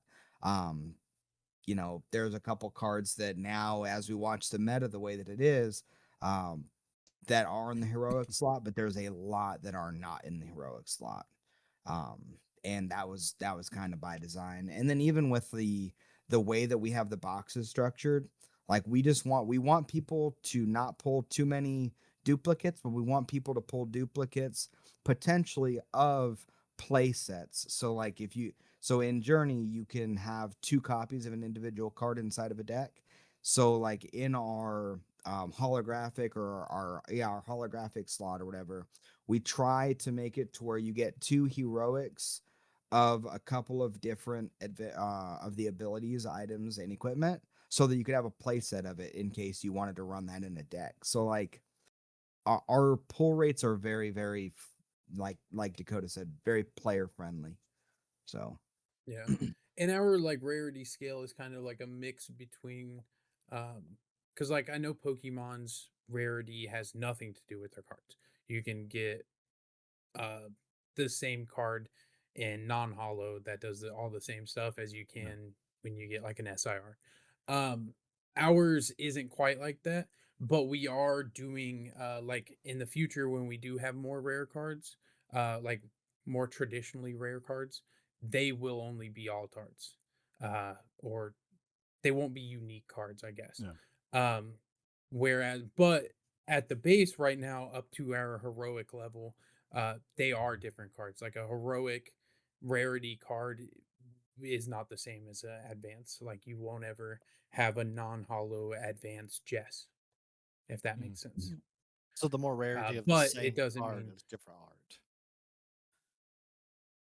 no, it's not like that. Okay, it's not like that. yeah, so like in our game But currently we on made set sure 1, yeah. but we tried to make sure that the high rarity cards aren't the best cards in the set. You know what I mean? We Gotcha. tried to not gatekeep, but they Yeah. are different cards. I think If that makes sense. that's a fear with like getting into a TCG, and you hear that from people. Oh, I can't buy a new TCG because they're so expensive. Like I know when I go into this, I'm gonna go buy a box, and I'm not gonna get all the cards that I want, and that's the reality of a TCG. And you guys just said it here. About 4 boxes, which is pretty good for a pull rate for a TCG, For a right? TCG, That's yeah. solid. So a lot of the appeal for a TCG, if you're trying to make something competitive, is secondary market, right? But for a new player coming in that goes, I want to compete, I want to have a competitive deck, but I don't want to buy singles. I don't want to go onto the secondary market and try to do that. I want to just buy this. Like that's a big kind of road bump to starting people on this, especially if they're already involved in Yu-Gi-Oh and Pokemon and One Piece and all these other things that they're already investing this money into. Trying to convince them, let's gamble some more with this new thing. Right. So Yeah. Right. I always like Not less gambling for Journey. It's that to me as a player, I judge a game I'm going to get into, is it the boom or bling, boom versus bling, right? If I can get the cards to make a competitive deck relatively easily just by kind of buying in at a base level and buying in enough, right? You don't want people coming in and spending $20 and getting all your cards. If you're doing a TCG, you got to get them coming back. That's just the reality of it, nerds. They got to incentivize you to buy more shit. That's just how it works. That's how they continue to make the great shit that we want. They got to incentivize you to buy it, right? Yeah, make with nothing. But like if I want my boom, my initial investment for boom should be low. My investment for bling to me should be high. If I want the shiny shit, then I need to spend the money. If I'm going to spend the money to get the pulls and do that's fine. If I'm doing it on the secondary market, whatever. But bling versus boom, to me, boom should be low entry. Bling should be like you're higher up deal. And it feels like you guys have a good balance of that.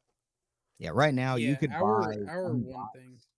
You could buy 1 box and you could have a deck probably in the Berserker range or something, and you could be in a pretty competitive spot, have like an A to A plus tier deck. If you buy 2 boxes, I guarantee you can make a hyper competitive S tier deck without too much of an issue. Like you're going to be able to do it. So what were you saying, Dakota? I said more than 1 probably with 2 boxes. Yeah. Yeah.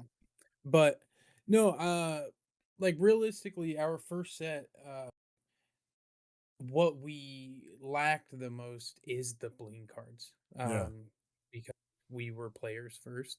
So our hit rates, like I said, are super player friendly. So then when we started shopping the game to like card shops and stuff like that, that is one of the feedbacks that we've gotten from owners specifically, is like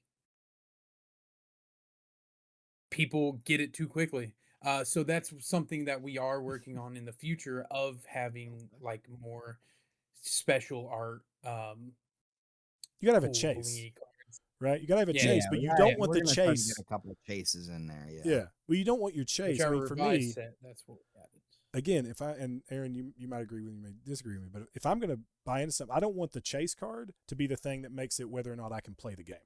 I want the chase card to Yeah. be my ooh or ah when I play it down and someone goes, "Oh my god, you pulled that!" I'm like, "Yeah, I did," rather than, "Oh my god, you pulled that, so now I can't win because you have the strongest card." Yeah. It's you have the prettiest card, hmm you know. Yeah, you want that.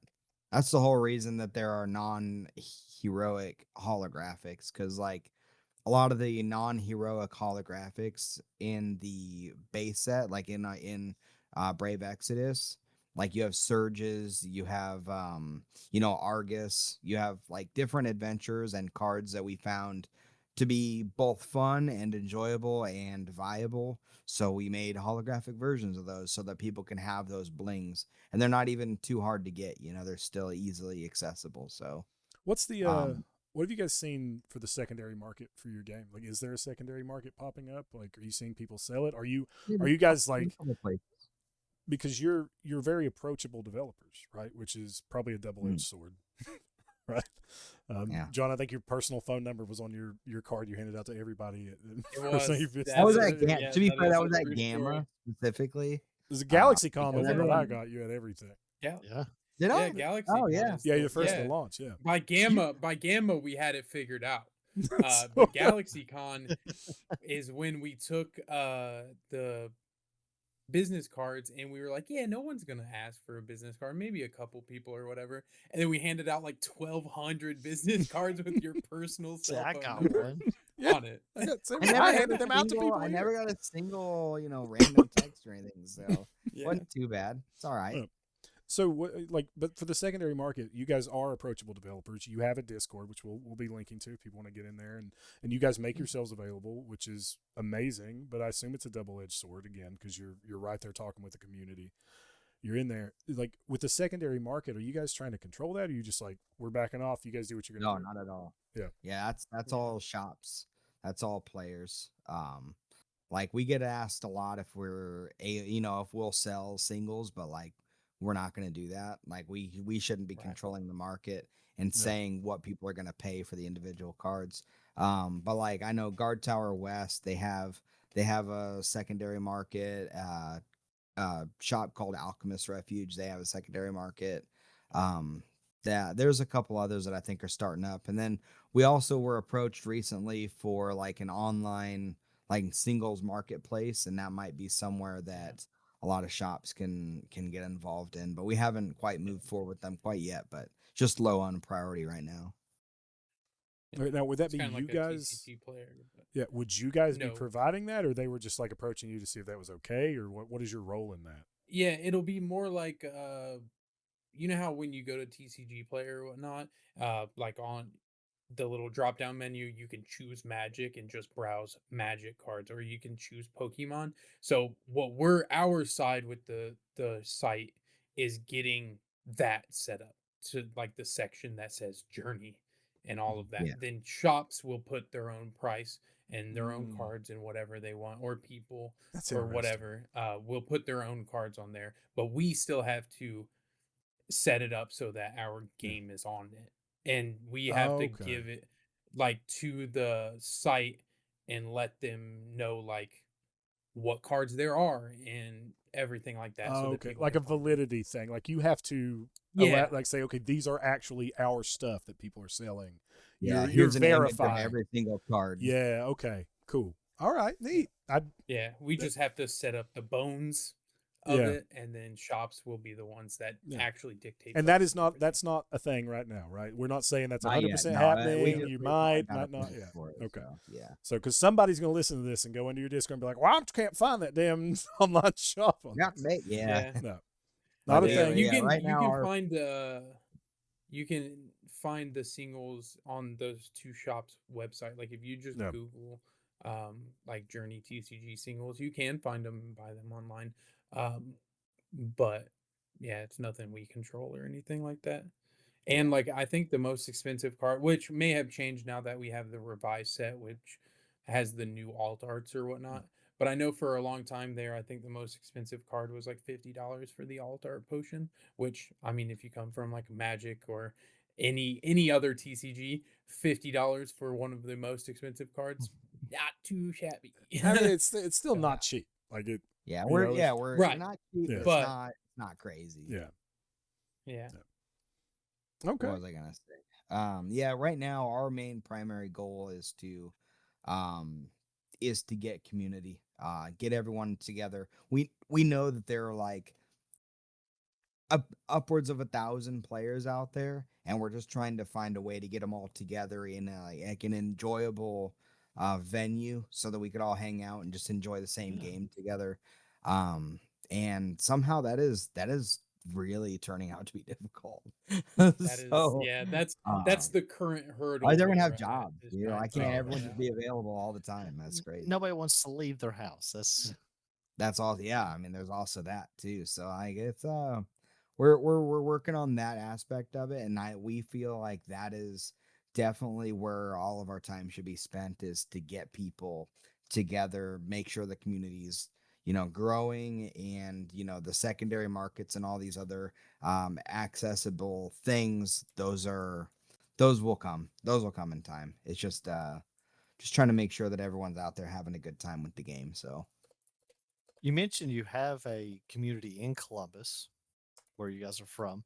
Do you Mhm. guys have any Yeah. communities other places, any like bigger communities that you Oh know? yeah. The biggest one that I always bring up is the Gamers Guild in Arizona. They're in the Phoenix area, and they have restocked multiple times. That's awesome. They seem to have sold a decent amount of product, and that's mostly hands off. Like we've had very little contact with them, so they've been running their own sort of like events and things like that. Now, one of the community members named Jasper, one of my longest term friends. I mean, my longest term friend that I've known since I was like 12 or something like that. He has been going out there to give people like learn to plays, kind of demo the game for people. But like even before he did that, they were already kind of selling through the product. So that's probably the biggest secondary store outside of Columbus. But we do know like And we've Find also Familiar got Games. Wisconsin. Yeah. We've Yep, got a pretty Appleton. sizable shop in like Appleton, Wisconsin called Slick Mimics. We're starting to get a lot more popular in like Kentucky, Lexington, Louisville, Woo, stuff like that. Kentucky! Hey, We've started hitting Woo! Slowly but a surely, few we're shops. really trying to isolate in the Columbus. Like we're trying to be a big deal in Columbus first, and then try to be a big deal everywhere else. At a reasonable pace. So The best way to do that, hop on a Kentucky Appalachian podcast. Yeah. Listen, we I at mean, this I- point we make have so progress. many. We have so many people from Columbus, and Joe we are Rogan's so next, involved. huh? We need to be like the hills and also Central Ohio have Yeah. The hills and Yeah. fields. The hills and the flatlands of Yeah. Ohio. hills and Columbus is technically in Appalachia. Technically, like in the Oh, really? yeah, Oh, I little- did yeah, not know that. Oh. yeah. Some It feels maps like put it. it in there. Yeah. Yeah, it definitely. That's the vibe I get every time. Yeah, I oh, go yeah, to every Columbus, time. is This Appalachia. is- Like I get Yeah, when those I'm God's driving down country. the road, mountains everywhere. I feel like I'm getting like seasick or something. It's crazy. All Every right. time we go out, Josh complains about how you can just see forever. I don't understand how you can. people live with a horizon. Like, how can you? Like, that's terrifying. Knowing what's coming at you at all times, like that's awful. We That's- live who would 2 wanna see that? hours from Columbus, and you could probably see our house from Columbus. Yeah, if I stood Not on that top of the flat. guard tower, I could see everything in Ohio. Yeah. I could see Cedar Point. from the guard tower. All right, so we talked about the funny. revised set a little bit. What is that? What is the revised set? Revised set, just the community had more feedback. Yes, we had our original print run, and then we had feedback from that. Some of the feedback still persisted from like certain things being less readable. So like in first edition, we had like holographic text on our holographic cards, like the actual effects were in holographic font, which some people said, hey, this is a little harder to read. Yes, it's pretty, it's shiny. Once you know what it does, it's irrelevant. But for a lot of people, getting to that point was kind of difficult just because you can't read it very well across the table. So like now those holographic wordings and letterings are now not holographic. Some of the wordings in the way that certain things worked were a little bit ambiguous. And so some of the feedback from the community was, making sure that those wordings were clearer, adding a little bit more reminder text on some of the cards, also making the reminder text clearer. Um, Accessibility. So we did add a little word underneath like the items and the abilities icons that give you like an idea of the full and the quick nature of the abilities and items. And then we changed out the box toppers. So now instead of just the one Virali on the first edition boxes, there are 4 different borderless box topper variants that you can get. You can get Jess, you can get Grundle. Let's see, you can get Jess, you can get Grundle. Man, I have an edict stuck in my head. Guy don't know his own game. It's a No, shame. I kept thinking like of edict being the borderless, and I'm like, yeah, but that's in the packs, not there. But they also have Lepo, that's in there, and Dakota, Page. yeah, and the page. Page. I said it a whole lot of times. I don't know.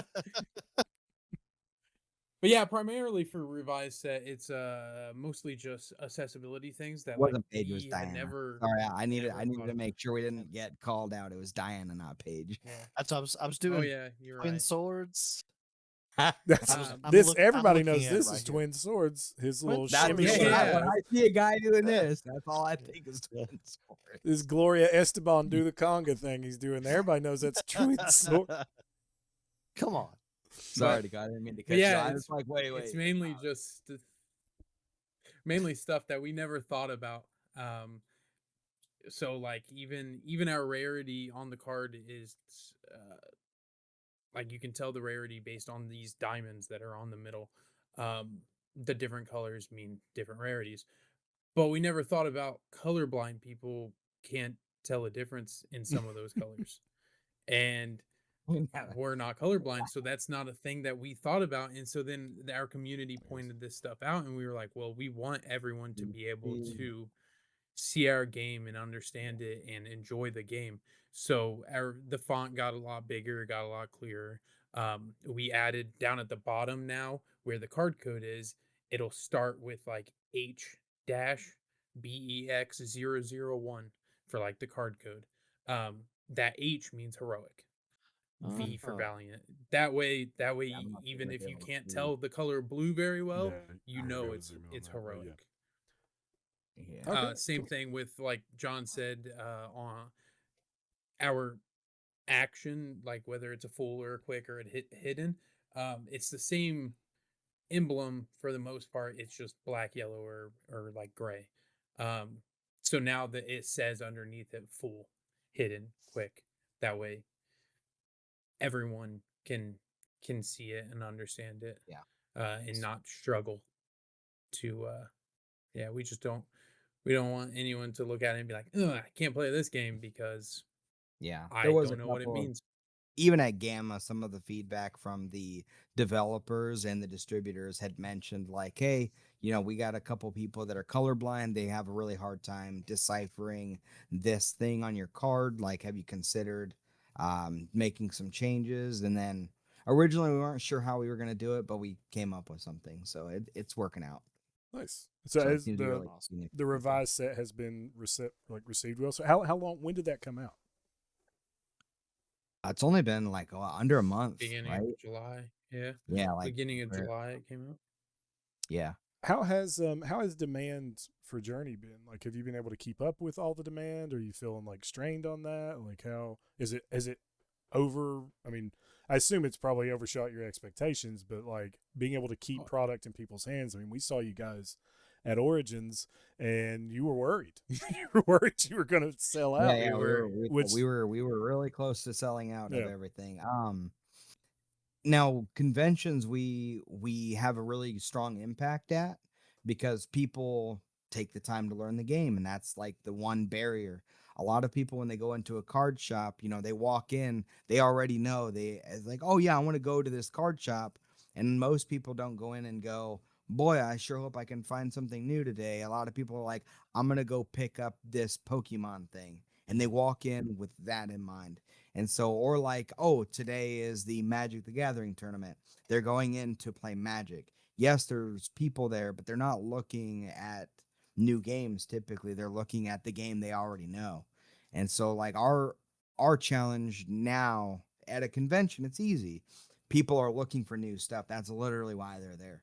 They're looking around for either a little bit, you know, people like memorabilia and merchandise for their games or their anime. But a lot of people, they'll look at a new card game and go, "Oh, I'm gonna go take a look at that."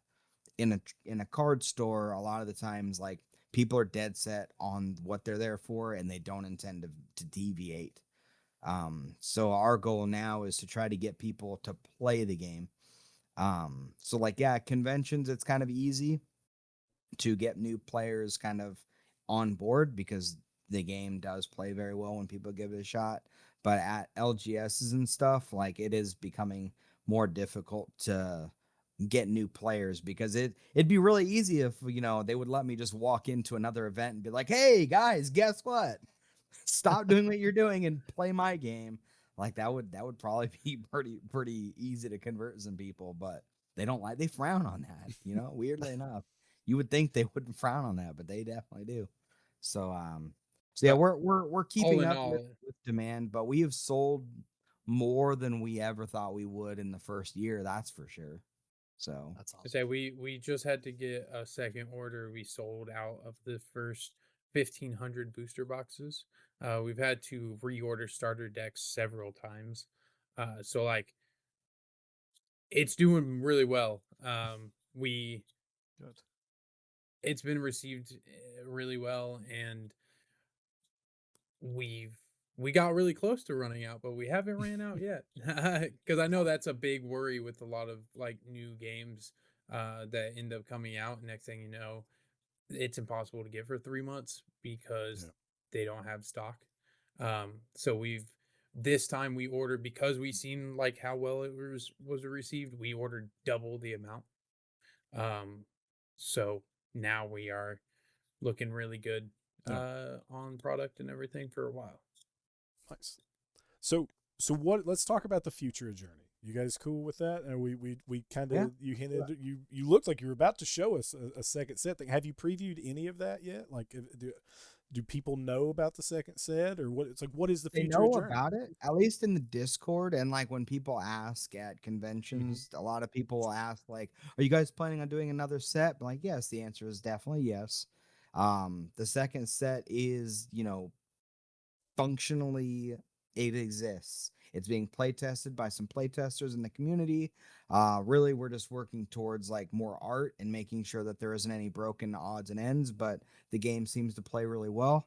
And yeah, no, the second set is coming along real well. What's So your like ETA? When are you guys trying to have it out? early Beginning of next 2027. Yeah. What would be your perfect like release cadence for sets? I know like you look at Pokemon, they release a set every every 3 6 months. months, right? So every Yeah. 6 months. We At least Yeah, for we the plan on time doing being. every 6 months. Yeah, at least for the first couple of years. Obviously, as we get bigger, we'll probably go to 3 sets just because that's kind of what people expect. Mhm. But for right now, we just want to do two. Every 6 months, we'll come out with one. Gives us plenty of time to make sure that the product we're coming out with is good. We're actually starting on third set stuff right now. Oh, So okay. gotta work We're way in trying to get ahead advance. of it now. Yeah, we're Yeah, trying to get ahead of it now. yeah. Because yeah, we're really focused on making sure that the player experience is positive and that everything's like functional the way that it's supposed to. Nothing's particularly broken. Um, and I think in an ideal world, probably 4 releases a year would be like where we would like to be. Mhm. But you're looking at the entire development team. You know what I mean? Like you're looking Yeah. at everything. Now we have a community does. manager, and he's he's been great, but where again, whether it's 2 people or it's 3 people, like we are a very, very small team with not a lot of ability to say, hey, I'll set every 3 months, but we are getting to the point where we have it in a timeline. But if things were to advance, let's just say if we picked up like a distribution deal or whatever that really opened up, like let's just say Dakota was able to get on board on the Journey full-time train, like we could definitely make a lot more improvement. Yeah. So in terms of Dakota's our holding you work. back. I understand. I mean, Yeah, it's that's all I my was trying fault. not to word it that. I was really Wow. trying not to Dakota word it and that his way, but sick thank soup you for lust. like really, God, it really took a weight off my shoulders. Yeah. Been meaning to say that for so long. I mean, Well, I mean, he just doesn't believe in the game. What can I say? I mean, I don't know. I don't know if I speak for all nerd. I mean, I certainly don't. But for me as a consumer, and again, this is kind of the nature of you guys being developers and being so accessible. I would always rather that my stuff that I'm buying take a little longer and be better than my developers or the people that are producing something I want to purchase try to hit these production goals and make sure, oh, I want it this time, I want it that time, I want it this time, and then burn themselves out, and then it's homogenized content that's coming out just to meet these things where half the set is semi-useless just to be filler. So I mean, the fact that you guys are indie developers and you're doing it yourselves and you're acknowledging, hey, we'd like to hit this time frame, we'd like to do 6 months, but we're going to make sure we're putting out a good game first. I mean, that to me as a community member, that means a lot. Yeah. No, absolutely. We just have to hope that if people do wind up, let's just say they finally get all journeyed out 7 or 8 months in, that they, when the second set is released, that they say, hey, I remember the love I had, I'm gonna definitely pick up the second set. And then they would know if they could make it that duration of time will never take that long again. Like we are definitely going to make sure to get more to people at a better clip. It's just a matter of first time not knowing what we're doing, and we didn't. And you get better at it the more you do it, right? Like you're gonna get better. We didn't know what to expect. At December 5th, we had no idea if it was going to be a successful convention. We didn't know if people were going to pick it up. We didn't know if we were going to get into any stores, because at that time we were in one store, and even then that was a year and a half prior to that. So like, right after GalaxyCon, it was like, oh, we're in this store and now we're selling product. And it's like, oh man, we didn't know that we were going to have people this fast. How many stores are you guys in now? And we ran into this thing where like, then we had to devote so much time into preparing for getting into more stores and getting to the next con, and how are we going to set up our booth. And so then like, all of those things you don't think about It's infrastructure. so much time. And then a couple months later we're like, yo, we need to second set needs to get moving a little farther. We had an outline before we even came out with the first set. We had an outline for the second set, but we once again had never actually put the cards on paper and on the table. And so now that's like the pivot we're having to do is like 100% second set. Now that we've got that pretty much done, now we're like, okay, now we need to get on third set, even though like we can't wait. We got to start working on third set and get that figured out.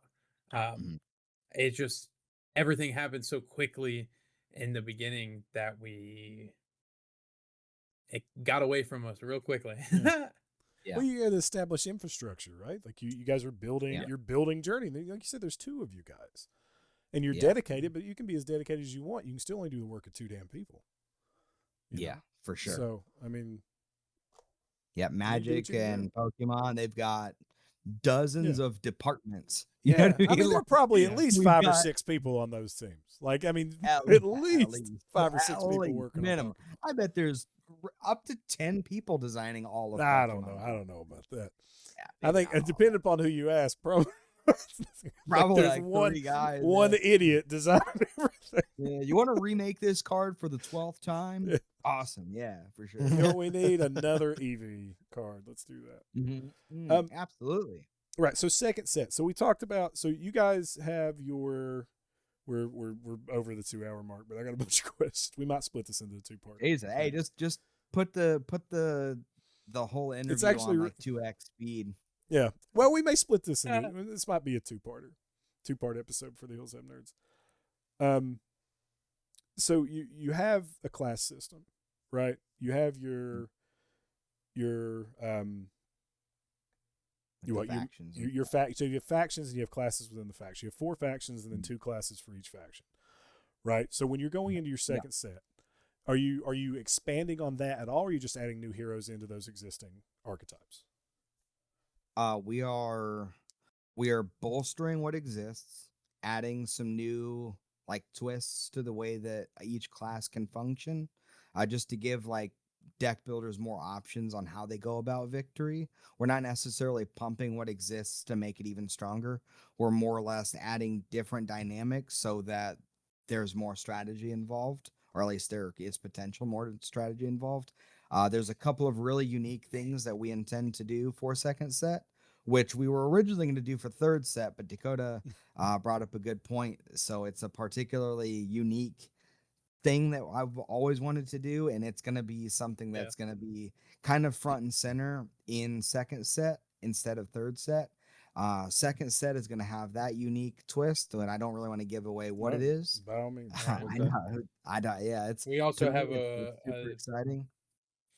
A new mechanic to do with items that it's like a smaller thing. So like second set, it's a lot of like new mechanics, new things, but they're smaller. There's no like gigantic whole class that you gotta like everyone needs to learn. You're not trying to completely break like shift your meta. Yeah, people right? are still learning what Journey is. Like we're not trying to completely change the landscape.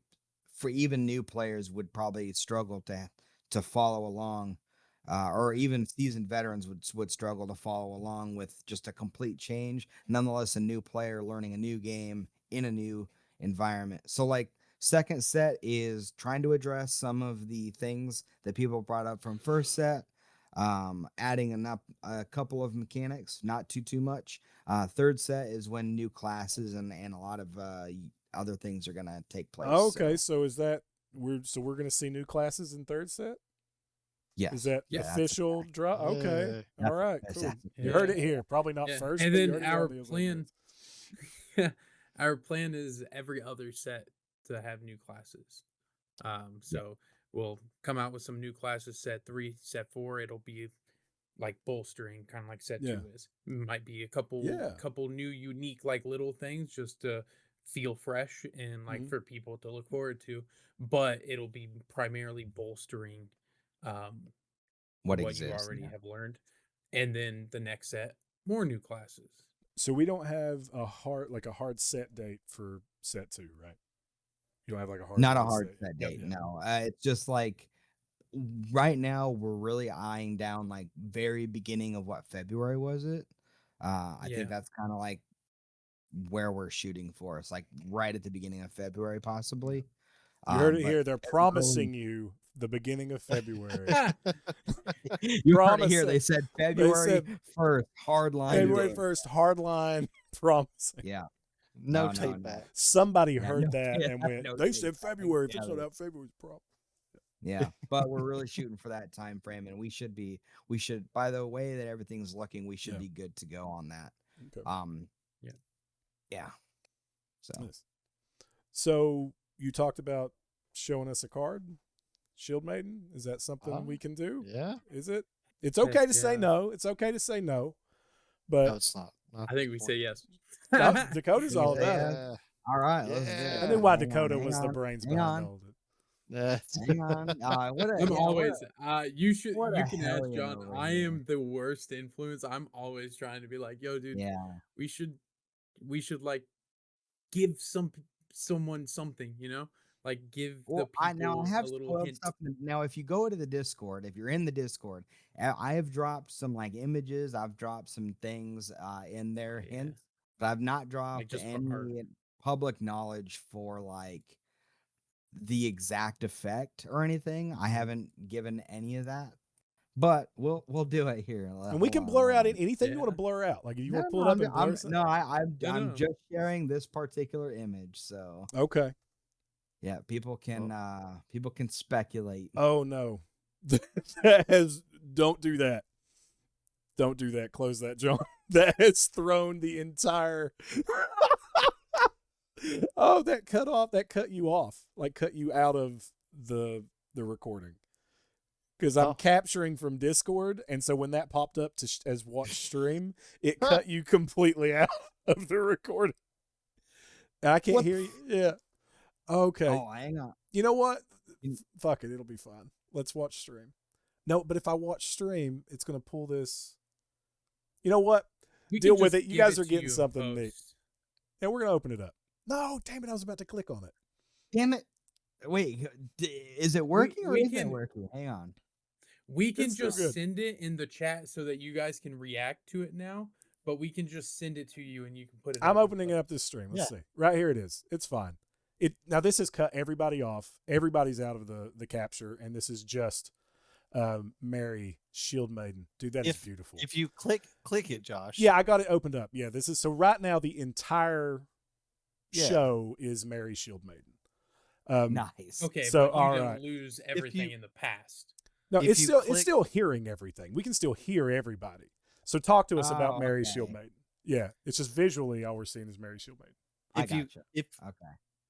Alright. That's all right. We could just take a look at Here, Mary I got Shield all right. Maiden. I got everybody up on there now. Everybody, well, everybody Nice, except nice. Dakota. Now we're all Heck yeah, experiencing dude. Mary Who's Shield that Maiden. guy? There we go. When Dakota Except for- talks, he pops up. There we go. All right, we're good. There we Oh, go. cool. There we go. So I don't know what this is. Travis, I'm so sorry. But Travis will be excited. Let's talk about this. This is beautiful. This is beautiful art. Where'd the art come from? You can see down at the bottom we actually have an artist code now. Mm-hmm. Where we didn't have that on the original cards, but at the very bottom it'll say artist, and then Carita Laz is pretty much the primary artist for Journey. They've done a great deal of the wonderful art that people seem to really gravitate towards. Like Carita Laz did Edict, Carita Laz did Tack. Hey, shout out your They artists, did. man. Like, give them shout out. Hell Yeah, yeah. no, I told them, like, hey, look, on our next set, we are having a dedicated slot for like an artist shout out, and like just tell me what name you want on there, and yeah, I found them through Fiverr, and I've been commissioning them nonstop That's ever awesome. since. So like, Yeah. yeah, They've been busy. they That's really awesome. have been quite busy. But yeah, no, that's that's Mary Shield Maiden. She was in the first set, and she had like 2 of both defenses. I'm pretty sure she had 2 attack as well, and she was She was crazy. She was cracked was out, absurd. bro. And you could still adjust her stats. So like, this is a tamed down Mary, Yeah. but she's still obviously very good by intercepting Yeah. painful incoming damage types, really removing the OTK from the game. Yeah. So Which that- a lot of people, their whole goal right now in the main structured meta is like, our goal is to kill you or one of your adventures as fast as possible. Yeah. She makes it all but impossible to do that. That is really good. I love the art. That is so sick. That is so my that's style. great. That Yeah, is really dig that. phenomenal. And she's coming in set 2. Now, is there going to be an alt art for Mary? There might We- be. that is I've the- never. Yeah, Okay. that's the thing we're Maybe. actually working on with set 2 right now, is trying to figure out what cards we want alt art for, and stuff like that. We don't know. That's not set in stone. I think that what John tries to be exactly- cryptic about it, and then Dakota's like, "Well, here's the detail." John's like, "There Well, might be." John tried And to then act Dakota's like, like- That's it. John tried to act like we had love ideas. "That is." I'm No, trying I to be wasn't my transparent in intention, the but, like- design.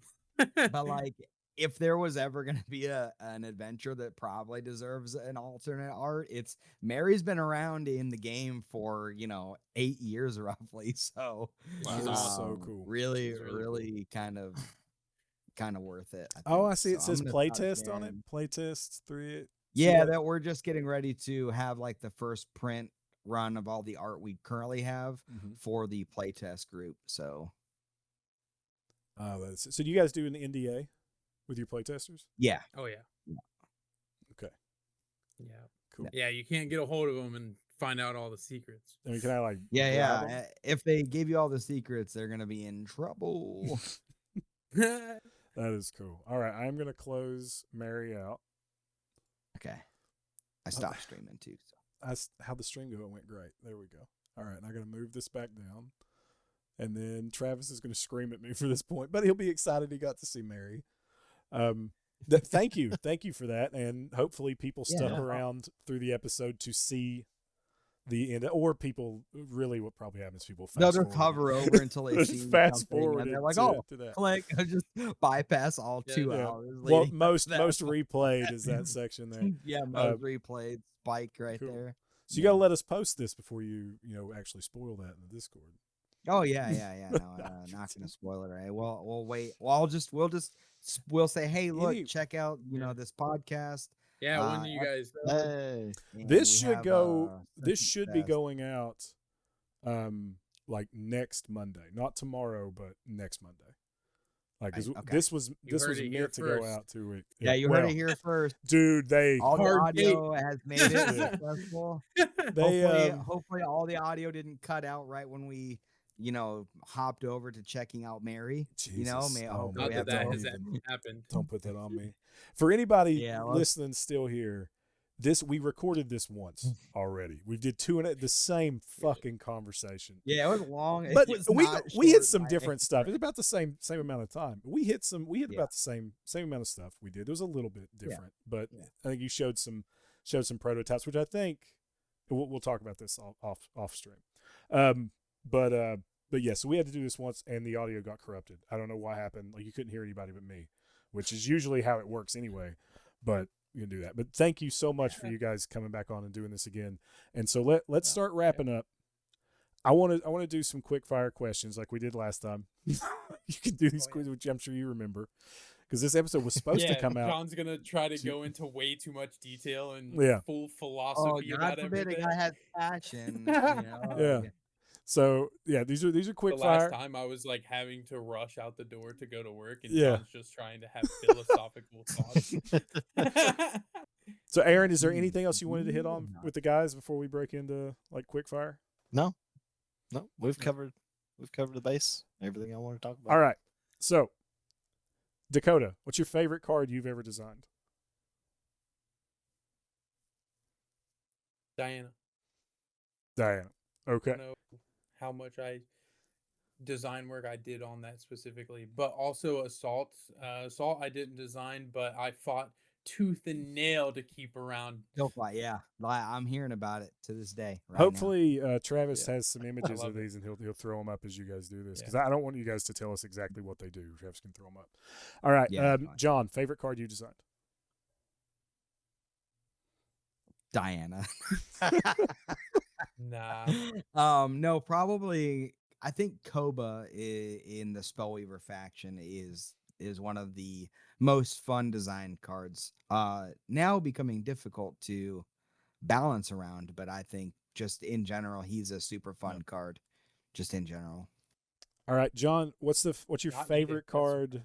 that Dakota designed? Diana. Like I do like Diana. I'll be real with you. Super That- fun. Or Diana? Diana, what's your favorite? No, Dakota, what's your favorite card John designed? Ooh, Assault probably. Freaking- Man, probably Jess. I do like Jess quite a lot. Okay. What was the first mechanic that was ever cut from the game?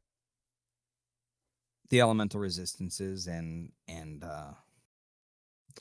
yeah, that mechanic definitely. But the first major mechanic was the fourth adventure, I think. What is the most overpowered card you guys have accidentally made? Based on the community's feedback, it's definitely Zalags, the Spellweaver. Not momentum. And Assault in terms of abilities is okay. Actually, it's Zalax and it's Not momentum. momentum. Both Spellweaver. Really, there are trouble children right now. So really problem children. The second set's going to address all of that. It's going to be completely perfect. Second there. set, nothing plan. works the way that you. Even second set, not even third set when new classes come out. Second set, you are going to be hard pressed to run the exact same deck. Okay. All right. What's the most underrated card in your opinion, Dakota? What's your most underrated card that people don't play? That you would like to see more people play and they're just not playing? Battle Standard. That's a pretty good one. I feel like get underutilized. Yeah. Go with that. All right. What's your favorite artwork in the game, Dakota? Who has the best? For me, the new Alta art, Diana. Now, is that something that's out or right now? Trinity, the promo. Yeah, the box. That's topper one of the Diana. box toppers. I don't think you guys have seen them, but they're beautiful. Yeah, I don't They're think we have really either, but if really we can, we'll try to full show art them. portrait. I can pull it up on the stream again. It just Pull it up. cracked Pull it everything. up. I don't care. Yeah, pull it up. All right, yeah, you give me 1 second. But yeah, all four of those really are phenomenal, and that gives you like kind of a taste of just how good. Because like, the second set artwork, all of it that we've gotten is gorgeous. Like it looks so good. Like to me, it's like next level comparatively, and this is like. Oh some of my the God, that's taste of how gorgeous. good That is it's so gonna be. nice. Yeah. Let me pull this up so we can see everybody in the card. I mean, you can show at this point, if we're talking specific cards, you can actually pull them up there because we can still see everybody at the bottom. Travis is just going to have to completely flip this around when we do this. So, sorry, Travis. It's awesome. Why is happy it? Why? for him. Anyways, yeah, I'll just leave that to you guys. Yeah. No worries. So, all right. So, what about you, John? What's your favorite? Right now it's definitely the Altar Edict. It's also the borderless, Oh, but yeah. man, is so nice. I want to see if it's just gonna immediately pop up, or if I have to like reshare my screen or You change. shouldn't need to reshoot. Shouldn't.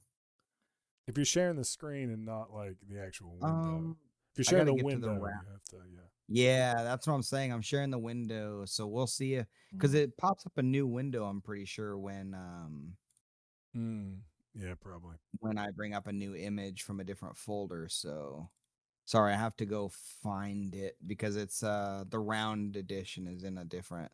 Did it pull it up or did No, we're not? still staring at Diana. Sick. Okay. Now, if you open it Okay. back up, it should just open right up. Yeah, there we go. Perfect. Oh wow. Yeah. Now, are these hollow? Like in the real Edict That world? one is is not not, hollow. Diana but is. Diana is, yeah. Okay, so That's we're awesome. seeing the non-hollow versions of these, right? Yeah, Yeah. well, yeah. You're seeing the non-hollow version. Holographics kind of hard to show on. Yeah. the And one screen. thing Yeah, we It didn't is talk Edict about is- it. We didn't talk about it this Pop. time. The way you guys do your hollows is it's like point hollow. It's not the entire card. It's like portions of the Yeah, card. correct. Text, Yeah, and it's real. I think it works so great with the yeah. the art. The style. closest we can show is something like how we were doing before with like really zooming in on. Yeah. Yeah, it's hard. It's hard to get across right now in this. It really is. You It can really see it is. really well, actually, in the moon of Texas, or Yeah. sun, or whatever. Oh yeah, with the hollow. Yeah. All right, let's close the stream. Let's get back to regular. There we go. That's fine. Okay, and then nothing else is showing cards unless you want to show newer cards. Whatever. Yeah, probably not anymore at this point. Yeah. Well, let me see. Well, well, hold on. Okay. Well, that's. I don't Yeah. want to be bullied. I don't want to be bullied. I'm not bullying you. You dude, do dude. whatever you Oh, want. you're I'm bullying. bullying you. Yeah. Oh, okay. I'm always bullying you. I feel like I'm being bullied a little bit, but let me. So- I'm gonna try to come. I'm gonna try to show a tame, like maybe a tame card. You know, something that's From not Is this from second set? crazy. Are we getting two Yeah, why reveals not? from second set? What is this? Okay. No, Anytime you guys want to I come on and gotta- do spoilers, I don't we're want to. more I than don't want happy. to throw all the crazy stuff out there because there's Full there's some second things set that we do. reveal right now. Let's just drop every A card. full Oh, yeah, second full set, second dude, it'll be great. Yeah, just pull up the file, the Excel file with all the cards. Yeah. I assume you want to all right, like fine. preface. I'll do one more. It's a mild second set reveal. I assume you want to preface that all of this is subject to change, right? These cards All are this still in is play subject to testing. Like, yeah. All right. Let me bring this up. Ooh, that's Pull cool. this. Oh, damn. Which one is it? I can't see. I don't know Unholy why, Circle. but- It's Unholy Circle. It's the Dark Mage quick ability that gives all Dark Oh. Mages +1 special. Is that the new art, like from the different? Yeah, artists? yeah, it's from the Misfit artists, yeah, which cool. isn't the Curry de Laz, which is we're trying to get some new artists, and there's a group called the Misfit Artists that are creating some different looking art that is still good quality, you know. So Well, I we're think getting that's kind of the cool thing about pixel Unique. art, is that it's still pixels. So like the theme is the theme, right? And it all has this kind of overarching similarity to it, while the individual artists themselves, there's still enough room for individuality in it. So you know all that kind of spills through, while it still is not like shockingly different than other art you have. Yeah, You know, it all there you looks go, like man. it You got fits together. 2 reveals. Oh, that is sick. That's so good. That looks so That's good. awesome. Nice. All right, let's get through these. Break through these. That's good. I Rapid think we- fire questions. Yeah, let's turned break these. into- Yeah, Rapid rapid fire. fire. Yeah, roll rapid This is fire. rapid fire. It's good. Yeah. Somebody somewhere is turned off during the rapid fire search. Like, I don't want to fucking know what kind of bush this douchebag Hey, is. I don't know what that's called. Bush these dickheads are. Oh, they Turn missed this out. off. They missed I out. literally don't care what they think. Yeah. All right. Sleeves or no sleeves? Sleeves, 100%. All right. Play mat or just bare table? Play mat. Table. Use dice or like physical counters? Yeah, table's crazy. It's nuts. HP spinners for sure. Check out the Journey spinners. They're 3D printed. You can get them from Yeah, we Journey. gotta. Yeah. We're fine. We're almost to a point where we can like put the spinners like back on the website. I use without those- just selling out Oh, man. immediately. I use those for Marvel Champions today. too. They're really good. That's awesome. They're just Yeah, good this is like multi-purpose my spinners. wife's You mean desk you do that I'm mean at. Journey, correct? Yeah, sure. Yeah. Fear No Evil, the new expansion for Yeah, Marvel this is my Champions wife's launched. desk, Like that. It's and really cool. she puts together all of my HP tracker nowadays. Mhm. So it's just her whole desk is just taken over with like Oh, wow. parts and pieces. Nice. Nice. All right. So what's your style of play? Are you a combo player, an aggro player, or a control player?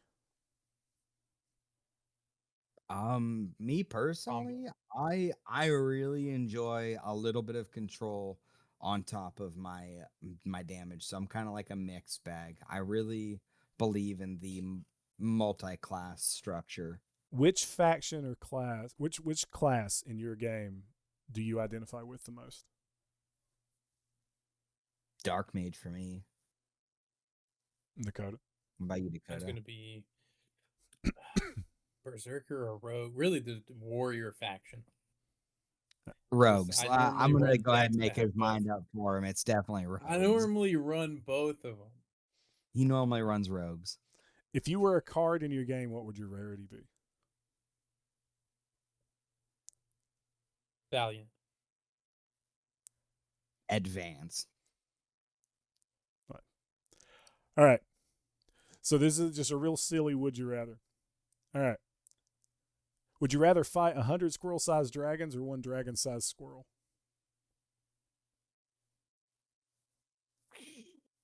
That's Dakota. Dakota, 100? you're first. Probably 100 Squirrel-sized dragon. squirrel-sized dragons. Yeah. I think one. Jesus. No, one dragon-sized squirrel.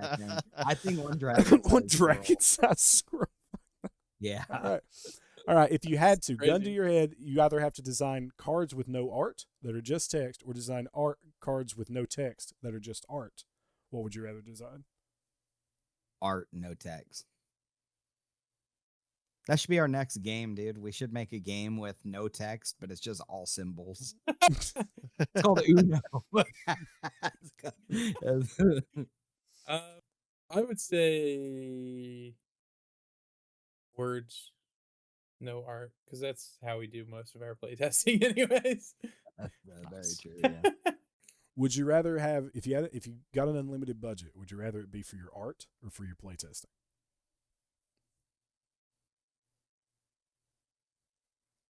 Art, I think. You fuck balance. Pokemon does it.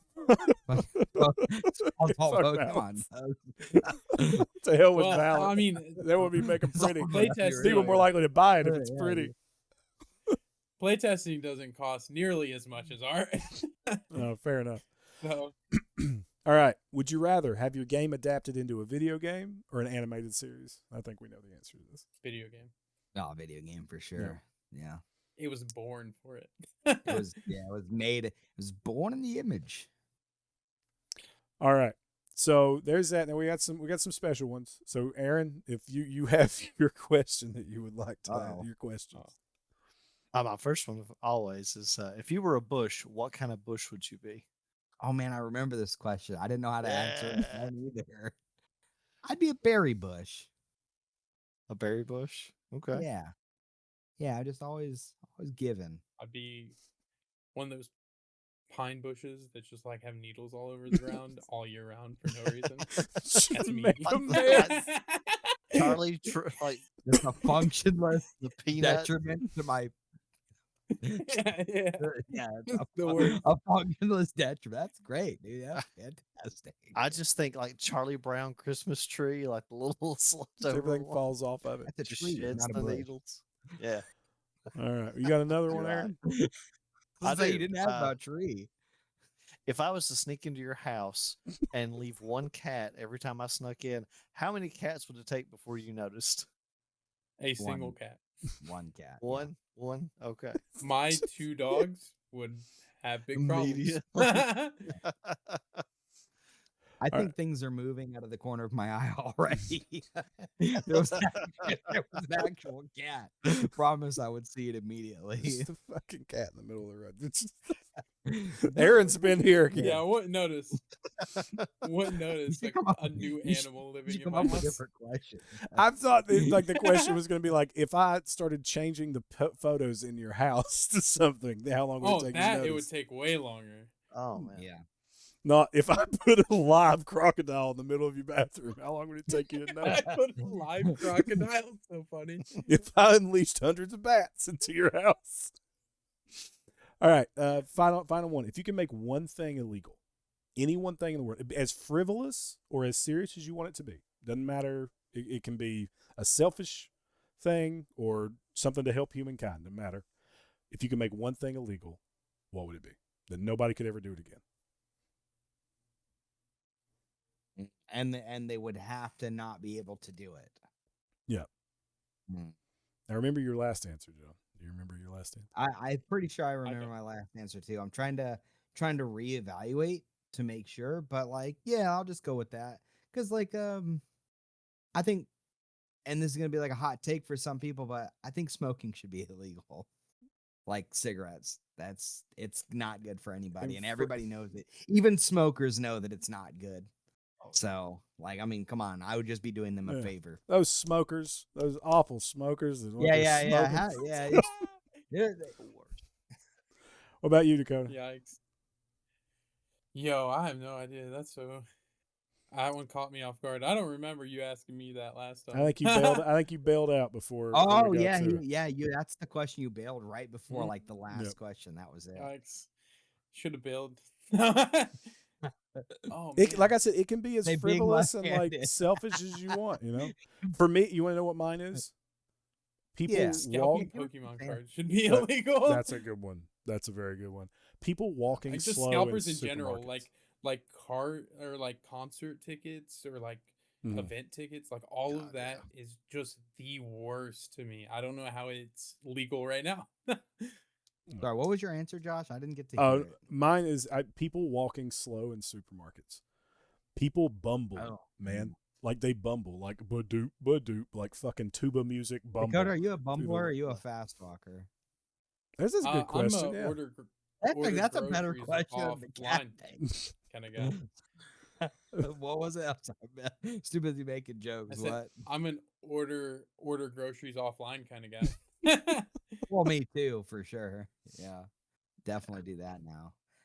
Thank God for COVID for that one. Anyways, that's one good thing. Yeah. There we go. What a great thing to end the episode on. Thank God for COVID. Thank Okay, God all for right, COVID. guys. Well, If I anyone already can got find that. you, no, I we're said- done. I We're said done. thank- Stop, John. Travis, heard cut the it fucking here. episode John right. is Thank grateful God for COVID.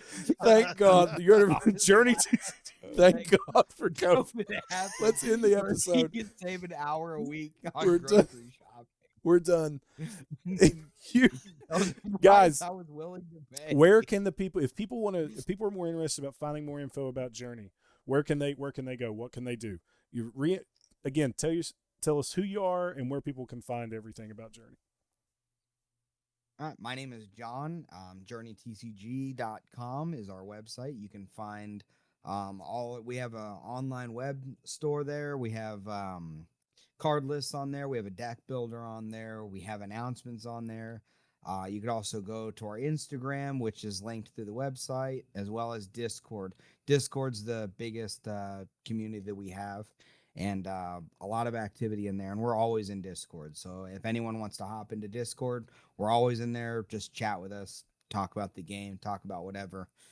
Come up with some card ideas. There's an area for that even in the Discord. So that's pretty much it. Yeah. Heck yeah. All right. And Dakota, one last time, who you are. I'm Dakota and all those same things. Found him there. There we go. There you go. I'm Dakota. He said it fine. Yeah, all those same things. That's funny. Nice. And we're gonna have links. You can find me on those places and also my factory job. Check. Go down to Honda. Yeah, you can Find definitely find him Dakota. there. Yeah. Do not go to these people's work. 12500 Miranda Road, Anna, Ohio. That's insane to do. Wow. Wow. John's a psychopath. The Hills Have Nerds is not responsible for Anyways, any cut that resultant out, huh? assassination. hard. Travis, you dude, gotta I like can't- beep it's the the shit out of it. entire- It's an There's a lot of Hondas, dog. Yeah, that's true. In Pickwill. Right.